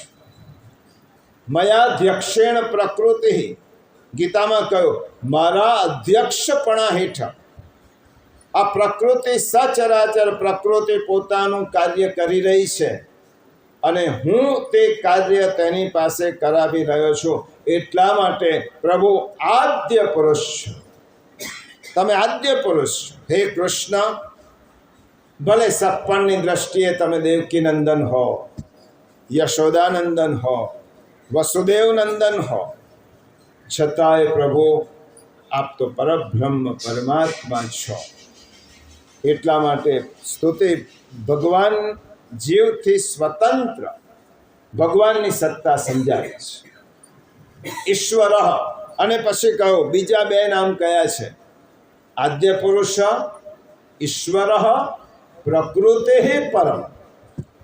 આપ ઈશ્વર છો અને પ્રકૃતિથી પર છો. ઈશ્વર હોવાથી સમર્થ છો. ઈશ્વરની વ્યાખ્યા શું થાય? કર્તુમ અકર્તુમ અન્યથા કર્તુમ સમર્થ.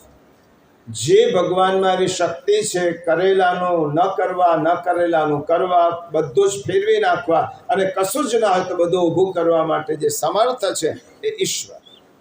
પ્રકૃતિથી પર હોવાથી આપણને આનંદનું દાન કરે છે.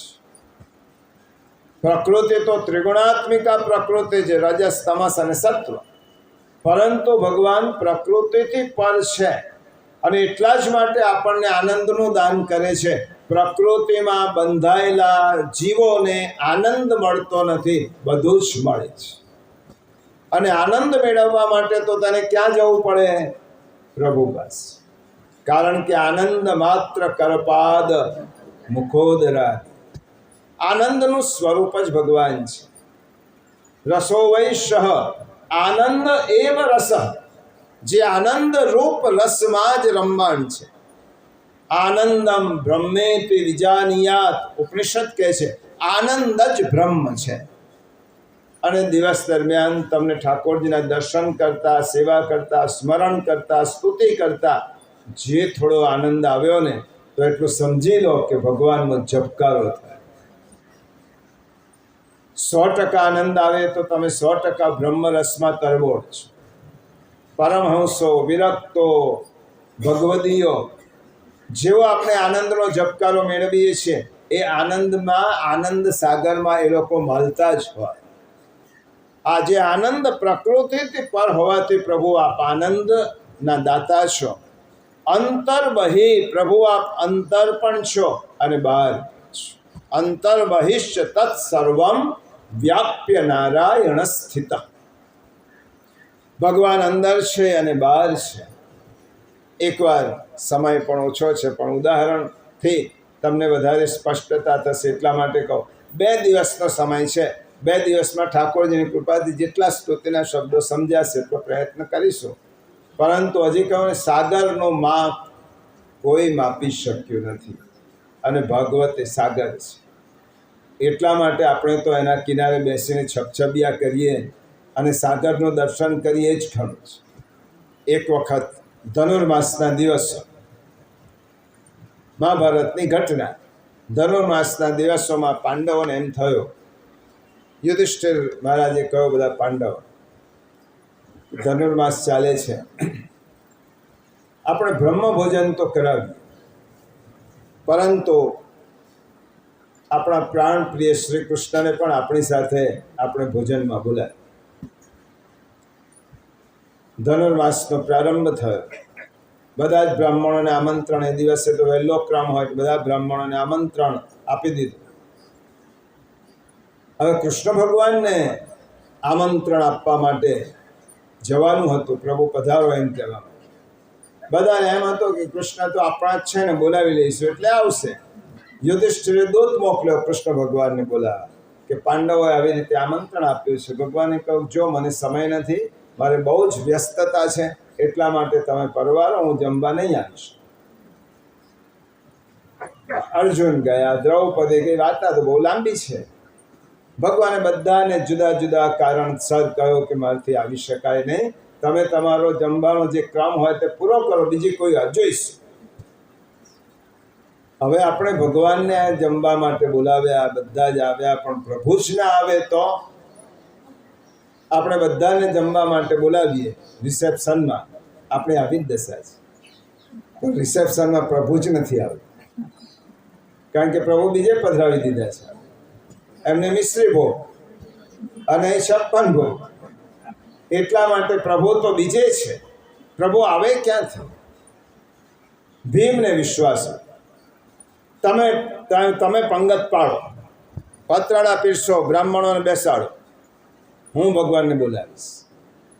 યુધિષ્ઠિર કહે છે કે ભલભલા ગયા પાછા પડ્યા, અને દ્રૌપદીનો સંબંધ ભગવાન સાથે, કૃષ્ણ અર્જુનનો સંબંધ, અને તું એવી કેવી રીતે કહે છે કે હું બોલાવીશ ને ભગવાન આવશે?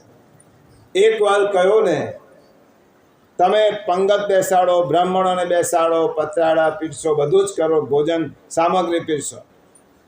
ચાલો બધા બ્રાહ્મણો બેસા, પતરાળા પીરસાયા, સામગ્રી પીરસે. ક્યાં છે કૃષ્ણ? બોલાવો. ભીમસેન કે તમે બધું તૈયાર થઈ ગયું, પછી બોલાવો, કારણ કે ભગવાનને 1 મિનિટ બેસાડી ના રખાય. પછી બોલાવો. હવે આ પીરસાઈ ગયો છે બધો, અને ભીમ ખુલ્લા મેદાનમાં હાથમાં ગદા લઈ અને ગયો. ગદા એક આકાશમાં ઉપર ઉછાળી અને ભગવાનને કહ્યું, પ્રભુ આ મારી જ ગદાથી મારા માથું નીચે મૂકીને ઊભો છું. ભીમસેનની તમારે જો જગતમાં જરૂર હોય તો બચાવવા માટે આવજો, નહીં તો મરી જવા. અને જ્યાં ગદા આકાશમાંથી ફર ફર કરતી ભીમસેનના મસ્તકને જ્યાં અડકવા જાય છે, ત્યાં કૃષ્ણ પ્રભુ પ્રગટ થયા. હાથમાં ગદા લીધી. ભીમસેન આ શું નાદાની છે? પ્રભુ પહેલા જમવા બેસો, પછી વાત. ભીમસેનને હતો કે ભગવાનને કંઈ આવવા જવાનું હતું જ નથી. ભગવાનને તો પ્રગટ થવાનું છે, ભગવાનને બોલાવવા. એનો અર્થ જ થયો કે આપણે એમ માનીએ છીએ કે ભગવાન અહીં નથી, એટલા માટે બીજેથી બોલાવીએ છીએ. ભીમસેનને આ જ્ઞાન હતું, પ્રભુ તો પ્રગટ થાય છે. અંતર બહિષ્ય તત્ સર્વમ. પ્રભુ અંતર પણ છે, અંદર પણ છે ને બહાર છે. અલક્ષ્યમ. એક વિશેષણ કુંતી માતાએ, અલક્ષ્યમ. આ સંસારના લોકો પ્રભુ તમને જોતા નથી, હોવા છતાં પણ કોઈ જોઈ શકતા નથી. અલક્ષ્યમ કરીએ તો બીજો અર્થ કર્યો છે મહાપ્રભુજીએ, અકારો વાસુદેવસ્ય. અને લક્ષ્ય ભગવાનની કૃપા વગર કોઈને ન જણાય તેનું નામ અલક્ષ્ય. અય વાસુદેવ. ગીતાજીમાં ભગવાને કહ્યું, અક્ષરાણામ અકારોસ્મિ. અક્ષરોમાં હું અકાર છું. એટલા માટે ઓમકારમાં પહેલો કયો આવે? અ, ઉ અને મ. ભગવાન અકાર છે, અક્ષરો. એટલા માટે અલક્ષ્યમ. આચાર્ય ચરણ અર્થ કર્યો, અકારો વાસુદેવસ્ય. અકાર તો વાસુદેવ છે, એ જેના પર કૃપા કરે તેને તે દેખાય, બીજાને ન દેખાય. પ્રભુ જેના પર કૃપા કરે તેને દેખાય. હવે ભગવાન પૂછે છે, ફોઈબા તમે કહો કે આદ્ય પુરુષ છો. આદ્ય પુરુષ તો આપણા બધા જ શાસ્ત્રો કહે છે બ્રહ્મા છે, કારણ કે બ્રહ્માજી દ્વારા સૃષ્ટિની ઉત્પત્તિ થઈ છે. તો શું તમે મને 4 મોઢાવાળો બ્રહ્મા ગણો છો? કુંતી માતા કહે છે, ના, પ્રકૃતિ પરમ. આ પ્રકૃતિથી પર છો, ઈશ્વર છો, પુરુષોત્તમ છો, પરમાત્મા છો. વ્યવહારની દ્રષ્ટિએ મારા ભત્રીજા છો, પણ તમારા સ્વરૂપને મેં ઓળખી લીધું છે. આ પરમાત્મા છો એટલે નમસ્કાર કરું છું. ફોઈબા તમારા કહેવા મુજબ ચાલો માની લીધું તમારું કે હું પરમાત્મા છું. તો શિશુપાલે મને ગાળો કેમ દીધી? પરમાત્મા હોઉં તો ગાળો કોઈ દે? તમે તો જાણો શિશુપાલે મને કેટલી ગાળો દીધી. પરમાત્મા હોઉં તો શિશુપાળે ગાળો કેમ દીધી? પૂતના કેમ ઝેર પીવડાવવા? જો તમે કહો છો પરમાત્મા હોઉં તો. કુંતી માતા કહે છે, પ્રભુ એમાં શિશુપાલનો કે પૂતનાનો દોષ નથી. આ બધા તમને ઓળખતા નહોતા માટે. તમે મનુષ્ય રૂપે લીલા કરવા પધારો છો ત્યારે મનુષ્ય રૂપે તમને બધા ઓળખે છે. મોટા મોટા દેવો પણ તમારા સ્વરૂપને ઓળખી શકતા નથી, તો શિશુપાલની વાત શું કરવાની? એ તો કામને વશ હતો. પૂતનાની વાત શું કરવાની? એ તો અવિદ્યા હતી. મોટા મોટા દેવો શિવ, બ્રહ્મા પણ આપણા સ્વરૂપને મોહિત થાય છે. મંગલાચરણનો ભાગવતનો પહેલો શ્લોક, મોહ્યન્તે યત સૂરયઃ. જેના સ્વરૂપને જોતા મોટા મોટા દેવો પણ મોહિત થઈ જાય છે, ઓળખી શકતા નથી. નિર્ગુણ સ્વરૂપને ઓળખવું સહેલું છે, સગુણ સ્વરૂપને ઓળખવું સહેલું નથી. હું તમને એમ કહું, ભગવાન સર્વત્ર છે, તમારી બુદ્ધિમાં વાત ઉતરી જશે. પણ કોઈ એક વ્યક્તિને નિર્દેશ કરીને કહું કે આ ભગવાન છે, તો તમે નહીં માનો. સગુણ એ ઓળખવા સહેલા નથી. નિર્ગુણ રૂપ સુલભ અતિ સોય. સગુણ ન જાણે કોઈ. નિર્ગુણ રૂપને તો તમે ઓળખી શકશો અથવા સ્વીકારી શકશો, પણ સગુણને સ્વીકારવા આ બ્રહ્માજી પણ જો એ ઓળખી શકતા ન હોય. 2 લીલા આવે છે ભાગવતમાં. રાસપાનની મહારાસ કરવા ગયા ત્યારે બ્રહ્માજી પ્રભુના સ્વરૂપને ઓળખી ના શક્યા. એમને જ પહેલી શંકા ગઈ લઘુરાસમાં કે શ્રી કૃષ્ણ ભગવાન પરબ્રહ્મ પરમાત્માનું સ્વરૂપ છે એમ વેદો કહે છે, અને એ કૃષ્ણ પરદારા સાથે નૃત્ય કરે તો આ ધર્મની મર્યાદાનો ભંગ થાય છે. અને જ્યારે બ્રહ્માજી આંખો છોડીને દેવા ગયા રાસમાં તો ગોપી ન દેખાય. કૃષ્ણ કૃષ્ણ કૃષ્ણ બ્રહ્મ લટકા કરે બ્રહ્મ પાસ. ઠાકોરજી દર્શન કરાવે. મહારાજ પોતાના સામર્થ્યથી ઉત્પન્ન થયેલા બ્રહ્માએ મારા પર શંકા કરી, અને બીજી શંકા ક્યારે કરી હતી? પ્રક્ષિપ્ત અધ્યાય છાખરણ લીલા તે વખતે બ્રહ્માજીની શંકા ગઈ કે આ એક 8-10 મિત્રો બેઠા છે, અને 8-10 મિત્રોમાંથી એક સખાની મટોકીમાંથી છાસ માંગે છે, અને છાસ નથી આપતો તો ભગવાન ઝૂંટવીને પીએ છે, અને એના રેલા એમના શ્રી હસ્ત પર પડે છે, અને બીજા સખાઓ તેમનો હાથ ચાટે છે. આ બ્રહ્મ હોઈ શકે? આને બ્રહ્મ કહેવાય? એટલે બ્રહ્માજીએ પરીક્ષા કરી. બહુ સુંદર ભાગવતમાં આવે છે, એનું વર્ણન આજે નથી કરતો. બ્રહ્મા પરીક્ષા કરે છે, પરીક્ષા કરનારા બ્રહ્માની પરીક્ષા થઈ જાય છે. એટલા માટે મુહ્યંતી અચ્સુરય, જેની પ્રેરણાથી આ સૃષ્ટિની ઉત્પત્તિ થઈ તે બ્રહ્મા છે, શિવજી છે. શિવજીને ક્યારે મોહિની સ્વરૂપ, પ્રભુના મોહિની સ્વરૂપના દર્શન કરવા માટે શિવજી પધાર્યા. પ્રભુ આપણા બધા સ્વરૂપના દર્શન કરાવો છે, મને મોહિની સ્વરૂપના દર્શન. અને ભગવાને એવું મોહિની સ્વરૂપ ધારણ કર્યું કે શિવજીને ખબર ન પડી કે આ મોહિની છે કે ભગવાન છે. અને શિવજી પાછળ દોડવા લાગ્યા, અને શિવજી જ્યાં સ્પર્શ કરવા જાય છે ત્યાં ચતુર્ભુજ નારાયણ સ્વરૂપે પ્રભુ પ્રગટ થયા. હરિ અને હરનું મિલન. આ બ્રહ્મા દેવા મુહ્યંતી અચ્સુરય, પ્રભુ આપના સ્વરૂપને દેવો નથી ઓળખી શકતા હતા. શિશુપાલની પોતાની ક્યાં વાત કરો છો? હો ફોઈબા, હું સર્વ વસ્તુની અંદર બહાર છું, તો મને બધા જોઈ શકતા નથી. ત્યારે કુંતા માતા કહે છે માયા જવનિકા, આ માયાનું આવરણ છે, એટલા માટે પ્રભુ તમને જોવાતા નથી. માયા મોહિત બુદ્ધિવાળા લોકો આપને જોઈ શકતા નથી. માયાનો અર્થ શું કર્યો છે? બહુ શબ્દ ગહન છે, વારંવાર આપણે ઉપયોગ કરીએ છીએ, પરંતુ તેનો સરળ અર્થ સમજી લેવા જેવો છે. મા એટલે નહીં, અને યા એટલે છે. જે છે છતાં ન દેખાય તેનું નામ માયા, અને જે ન હોય છતાં દેખાય તેનું નામ માયા. માયા માત્ર વિક્ષેપ નથી કરતી, આવરણ નથી કરતી, પણ જે નથી તે દેખાડે છે. માયા બે કામ કરે છે, વિક્ષેપ અને આવરણ. વિક્ષેપ પણ કરે છે અને અન્યથા પણ દેખાડે છે. જેવી રીતે તમે સર્પ હોય, વેદાંતમાં બધા દ્રષ્ટાંતો આપ્યા છે, અને તમે બધા અધ્યયનશીલ છો, નિત્ય સત્સંગી છો, એટલા માટે આ બધી ગહન વાતો સ્તુતિના માધ્યમથી થઈ શકે. વેદાંતમાં દ્રષ્ટાંત આપે છે. સર્પ હોય, એક માણસ જુએ છે કે અંધારામાં જાય છે અને એને લાગે છે કે સાપ છે. અજવાળું કરે છે ત્યારે એને એમ લાગે છે કે સાપ નથી, દોરડી છે. તો માયાએ શું કામ કર્યું? જે હતું તે ન દેખાય અને જે નહોતું તે દેખાય, એનું નામ માયા.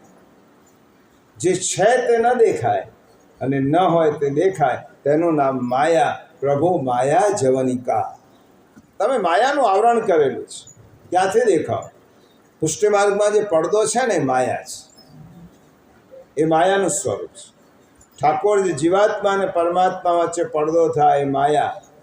અને એ માયાને કારણે તુલસીદાસજીએ સુંદર કહ્યું, માયા એટલે મેં ઓર મોર તોર તે માયા. આ મારું, આ તારું, હકીકતમાં કોઈનું નથી. છે કોઈનું? આપણે કહીએ મેં ઓર મોર તોર તે માયા. આ હું અને મારું.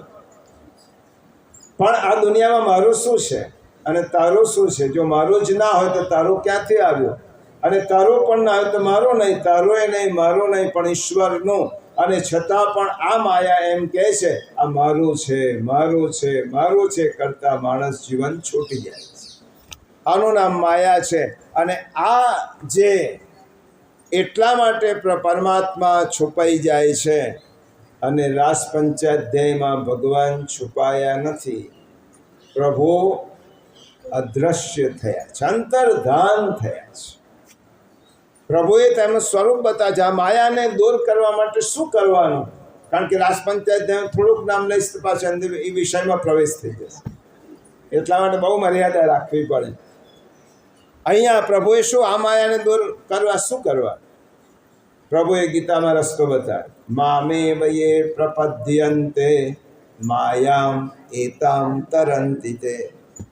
જેનું મોઢું મારા તરફ છે ને એને માયા કોઈ અસર કરી શકતી નથી. અને જે મારાથી વિમુખ છે એને માયા બાંધી છે. દીવાની સામે તમે ઊભા હો તો તમારો પડછાયો પાછળ પડે. દીવાથી તમે મોડું કરીને વિમુખ ઊભા હોય તો તમારો પડછાયો આગળ પડે. પડછાયો માયા છે. પ્રભુની સન્મુખ ઊભા રહેશો તો માયા પાછળ રહેશે, અને પ્રભુની વિમુખ ઊભા રહેશો તો માયા તમારી આગળ. માયાને એટલે ભગવાને કહ્યું મામે વયે પ્રપદ્યંતે માયામ એતામ તરંતિ તે. શ્રીમદ ભગવદ્ ગીતામાં ભગવાને કહ્યું જે મને પામે છે એ માયાને તરી જાય છે. આ માયા મારી છે, મારી દાસી છે. માયા મારી નિર્મિતિ છે. કારણ કે કોઈ પણ જીવ એટલો યોગ્ય થાય તો જ મારી પાસે આવી શકે. આ દુનિયામાં દેશમાં વડાપ્રધાનને મળવો જો સહેલું ના હોય, મુખ્યપ્રધાનને મળવું સહેલું ના હોય, તો ભગવાનને મળવા સહેલા છે? તો ભગવાન કહે કે મારી પાસે અમુક પ્રકારની જો તમે યોગ્યતા પ્રાપ્ત કરી હશે તો મારી પાસે આવી શકશો. એટલા માટે માયાને મેં ચોકીદાર રાખી છે.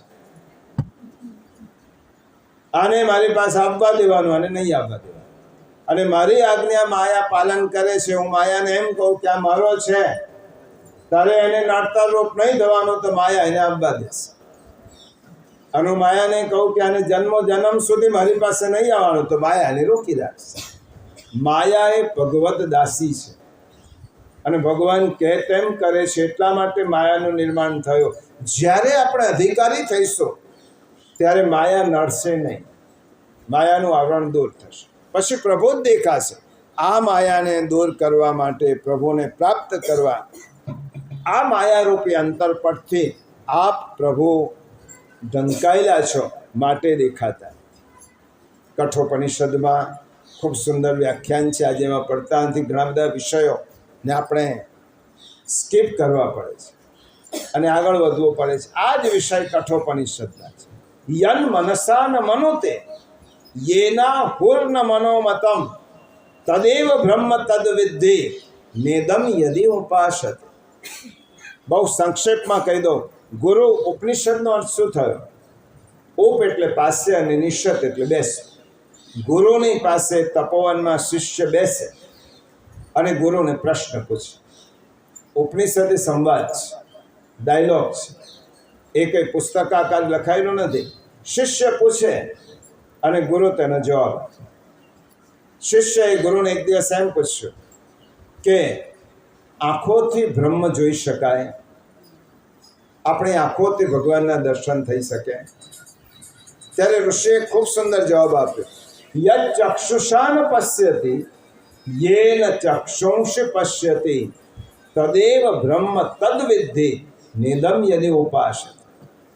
જે આંખો વડે જોઈ ન શકાય પણ આંખોને જે જોવાની શક્તિ આપે છે તેનું નામ બ્રહ્મ. જેને આંખથી ન જોઈ શકાય પણ આંખ જેને કારણે જોઈ શકે છે તેનું નામ બ્રહ્મ. ભગવાનને જોવા કેવી રીતે? કાનથી જે ન સાંભળી શકાય પરંતુ કાનને શ્રવણની શક્તિ આપે છે તેનું નામ બ્રહ્મ. મનથી જેનો ચિંતન ન થઈ શકે પણ મનને ચિંતન કરવાની જે શક્તિ આપે છે તેનું નામ બ્રહ્મ. એટલા માટે અહીંયા કુંતા માતા કહે છે પ્રભુ આપ તો કુશ અધોક્ષજ છો. અધોક્ષજ શબ્દ ભાગવતમાં વારંવાર આવે છે. અધોક્ષજનો અર્થ શું થયો? ઇન્દ્રિયો દ્વારા જે પામી શકાય નહીં તેનું નામ ઇન્દ્રિયાતીત છે. તમે એક દ્રષ્ટાંત લોજિકલી સમજી લો. આંખોને તમે જોઈ શકો છો ખરા તમારી આંખોથી? પોતાની આંખોને માણસ પોતાની આંખોથી જોઈ શકે છે ખરો? તમે કહેશો દર્પણમાં જોઈએ છે તો પ્રતિબિંબ છે. તમે હાથને જોઈ શકો, પગને જોઈ શકો, કાનને જોઈ શકો, પણ કોઈ એમ કહે કે તારી આંખોથી તું તારી આંખોને જો, તો જોવાય? જો આંખોથી આંખોને ના જોવાય તો આંખોના બનાવનારાને આંખોથી કેવી રીતે જોવાય? એટલા માટે અધોક્ષજ પ્રભુ કેવા છે? અધોક્ષજ, ઇન્દ્રિયાતીત છે. અને માટે પછી કુંતી માતાએ કહ્યું આ કુશળ નટ છે. નાટક કરતા તો આપણા જેવું કોઈને ના આવડે, નટવર છે. એટલા માટે શ્રેષ્ઠ અભિનય કરી શકો છો. ભગવાનના જેવો શ્રેષ્ઠ અભિનય કોણ? નટો નાટ્ય ધરો યથા. જેમ નાટકમાં કોઈ નટ સ્ત્રીનો વેશ કરે અને મૂળ પુરુષ એમ માને કે આ સ્ત્રી છે, હકીકતમાં હોય પુરુષ, એવી રીતે ભગવાન મૂળ લોકો તમારા સૃષ્ટિના નાટકને જુએ છે અને એમ માની લે છે કે આ તો જીવ છે. ખરેખર તમે પુરુષ નથી, તમે તો ઈશ્વર છો. મનુષ્ય લીલા કરો છો એ તમારું નાટક જ છે, પરંતુ લોકો તેને ઓળખી શકતા નથી.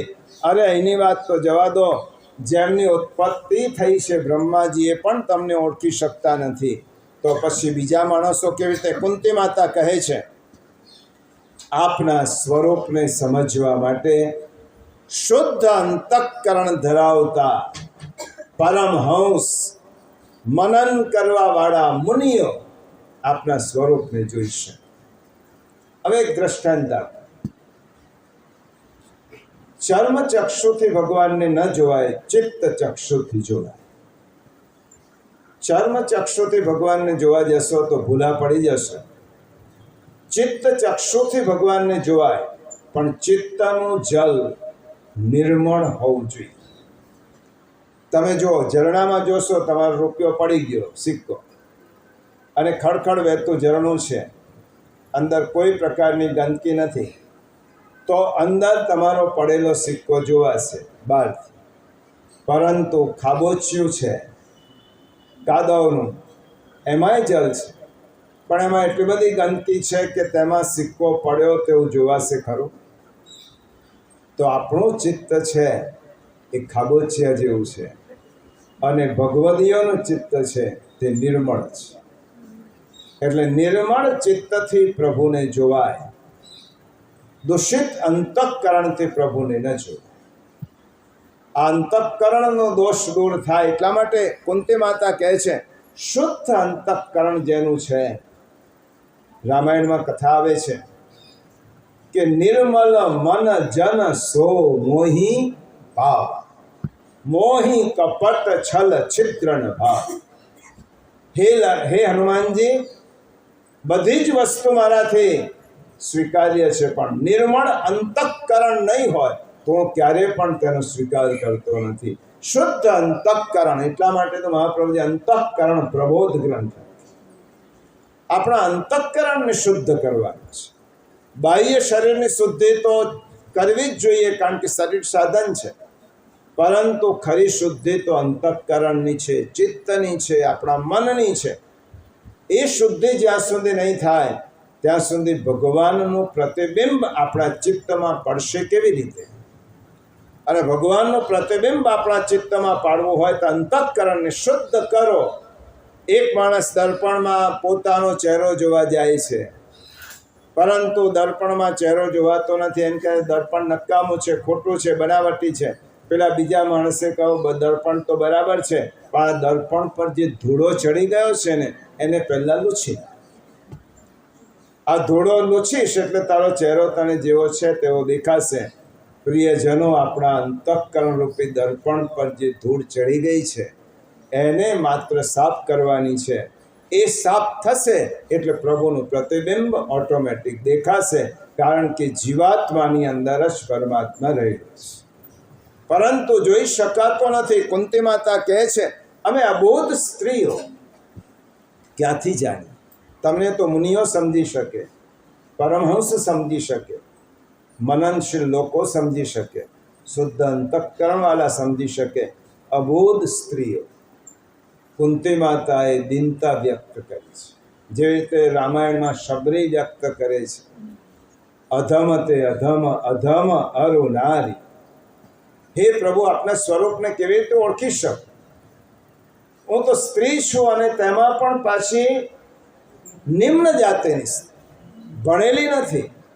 એવી રીતે કુંતી માતા કહે છે, અમારા જેવી મૂઢ ગવાર અનપઢ સ્ત્રીઓના ચિત્તમાં ભક્તિનું સામ્રાજ્ય જગાડવા માટે પ્રભુ તમે સ્વરૂપ ધારણ કરો છો.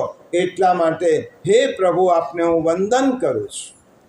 કુંતી માતા વંદન કરે છે. અને બીજા 2 શ્લોક છે એ હવે ભગવાનના ગુણ વર્ણનના છે. ગુણ વર્ણનના શ્લોક 2 ખૂબ સુંદર છે.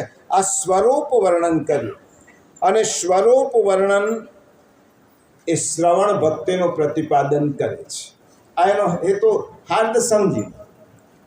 તમે સ્વરૂપ મહાપ્રભુની કારિકાને સમજીએ. મહાપ્રભુજીએ કહ્યું, સ્વરૂપે જ્ઞાતે શ્રવણમ ભવત. આ 3 શ્લોકનો અર્થ સમજી લો. સ્વરૂપે જ્ઞાતે, સ્વરૂપ શ્રવણ કરવાથી, સ્વરૂપ જાણવાથી શ્રવણ ભક્તિ થાય. ગુણે જ્ઞાતે કીર્તનમ ભવત. જ્યારે તમે ગુણ જાણો ભગવાનના તો કીર્તન ભક્તિ થાય. અને લીલાયામ જ્ઞાતાયામ સ્મરણમ ભવતી. અને જ્યારે તમે લીલા જાણો ત્યારે સ્મરણ થાય. 3 વસ્તુ સમજાવી છે મહાપ્રભુજીએ.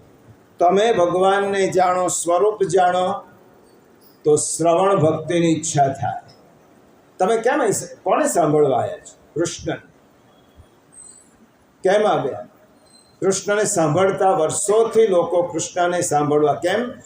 એટલું ખબર છે કૃષ્ણ ઈશ્વર છે, અને સ્વરૂપ જાણ્યા પછી આપણા મનમાં જે ઉદ્ભવ થાય તે શ્રવણ ભક્તિનો ઉદ્ભવ થાય.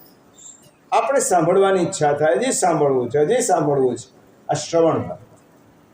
અને તમે જ્યારે પ્રભુના ગુણ સાંભળો, પ્રભુના ગુણાનુવાદ સાંભળો, ત્યારે તમને એમ થાય હવે પ્રભુનું કીર્તન કરે. ગુણ સાંભળો તો કીર્તન ભક્તિ જાય. અને ભગવાનની જ્યારે લીલાઓનું શ્રવણ કરો ત્યારે તમને એમ થાય કે હજી સ્મરણ કરીએ, હજી આંખો બંધ કરીને તમે રાસનું, માખણ ચોરીનું, ગોવર્ધન લીલાનું સ્મરણ કરતા જાઓ. લીલા સ્મરણ ભક્તિનો ઉદ્ભવ કરે, ગુણ એ કીર્તન ભક્તિનો ઉદ્ભવ કરે, અને શ્રવણ એ સ્વરૂપ એ શ્રવણ ભક્તિનો ઉદ્ભવ. પછી કહ્યું, કૃષ્ણાય વાસુદેવાય હરયે દેવકી નંદનાય છે. આવા 2 શ્લોક આવે છે.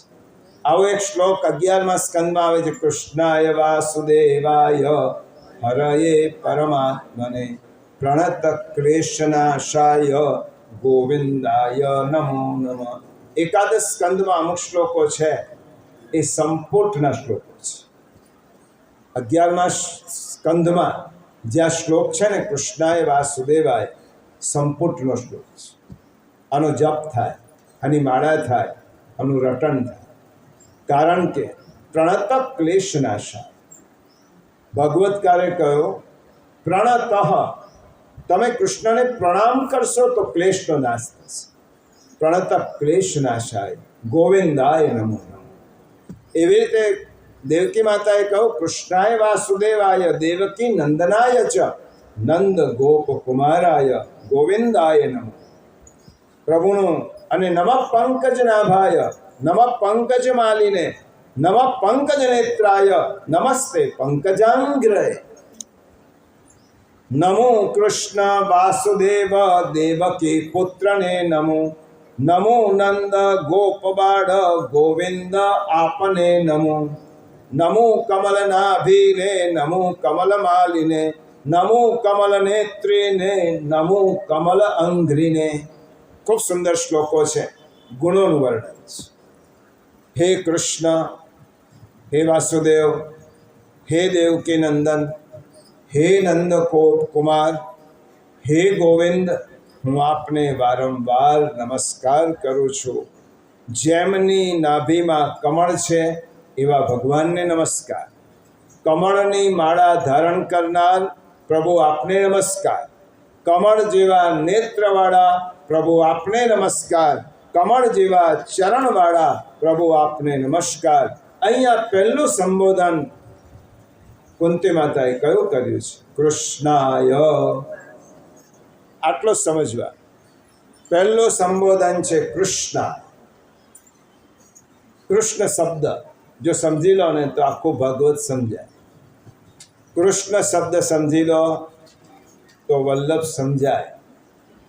કૃષ્ણને સમજવાના. કુંતી માતા નમસ્કાર કરવા છે. પહેલા ભગવાનના કયા સ્વરૂપને વંદન કર્યા છે? મૂળ સ્વરૂપનું જ્ઞાન પહેલા પ્રદર્શિત કર્યું છે.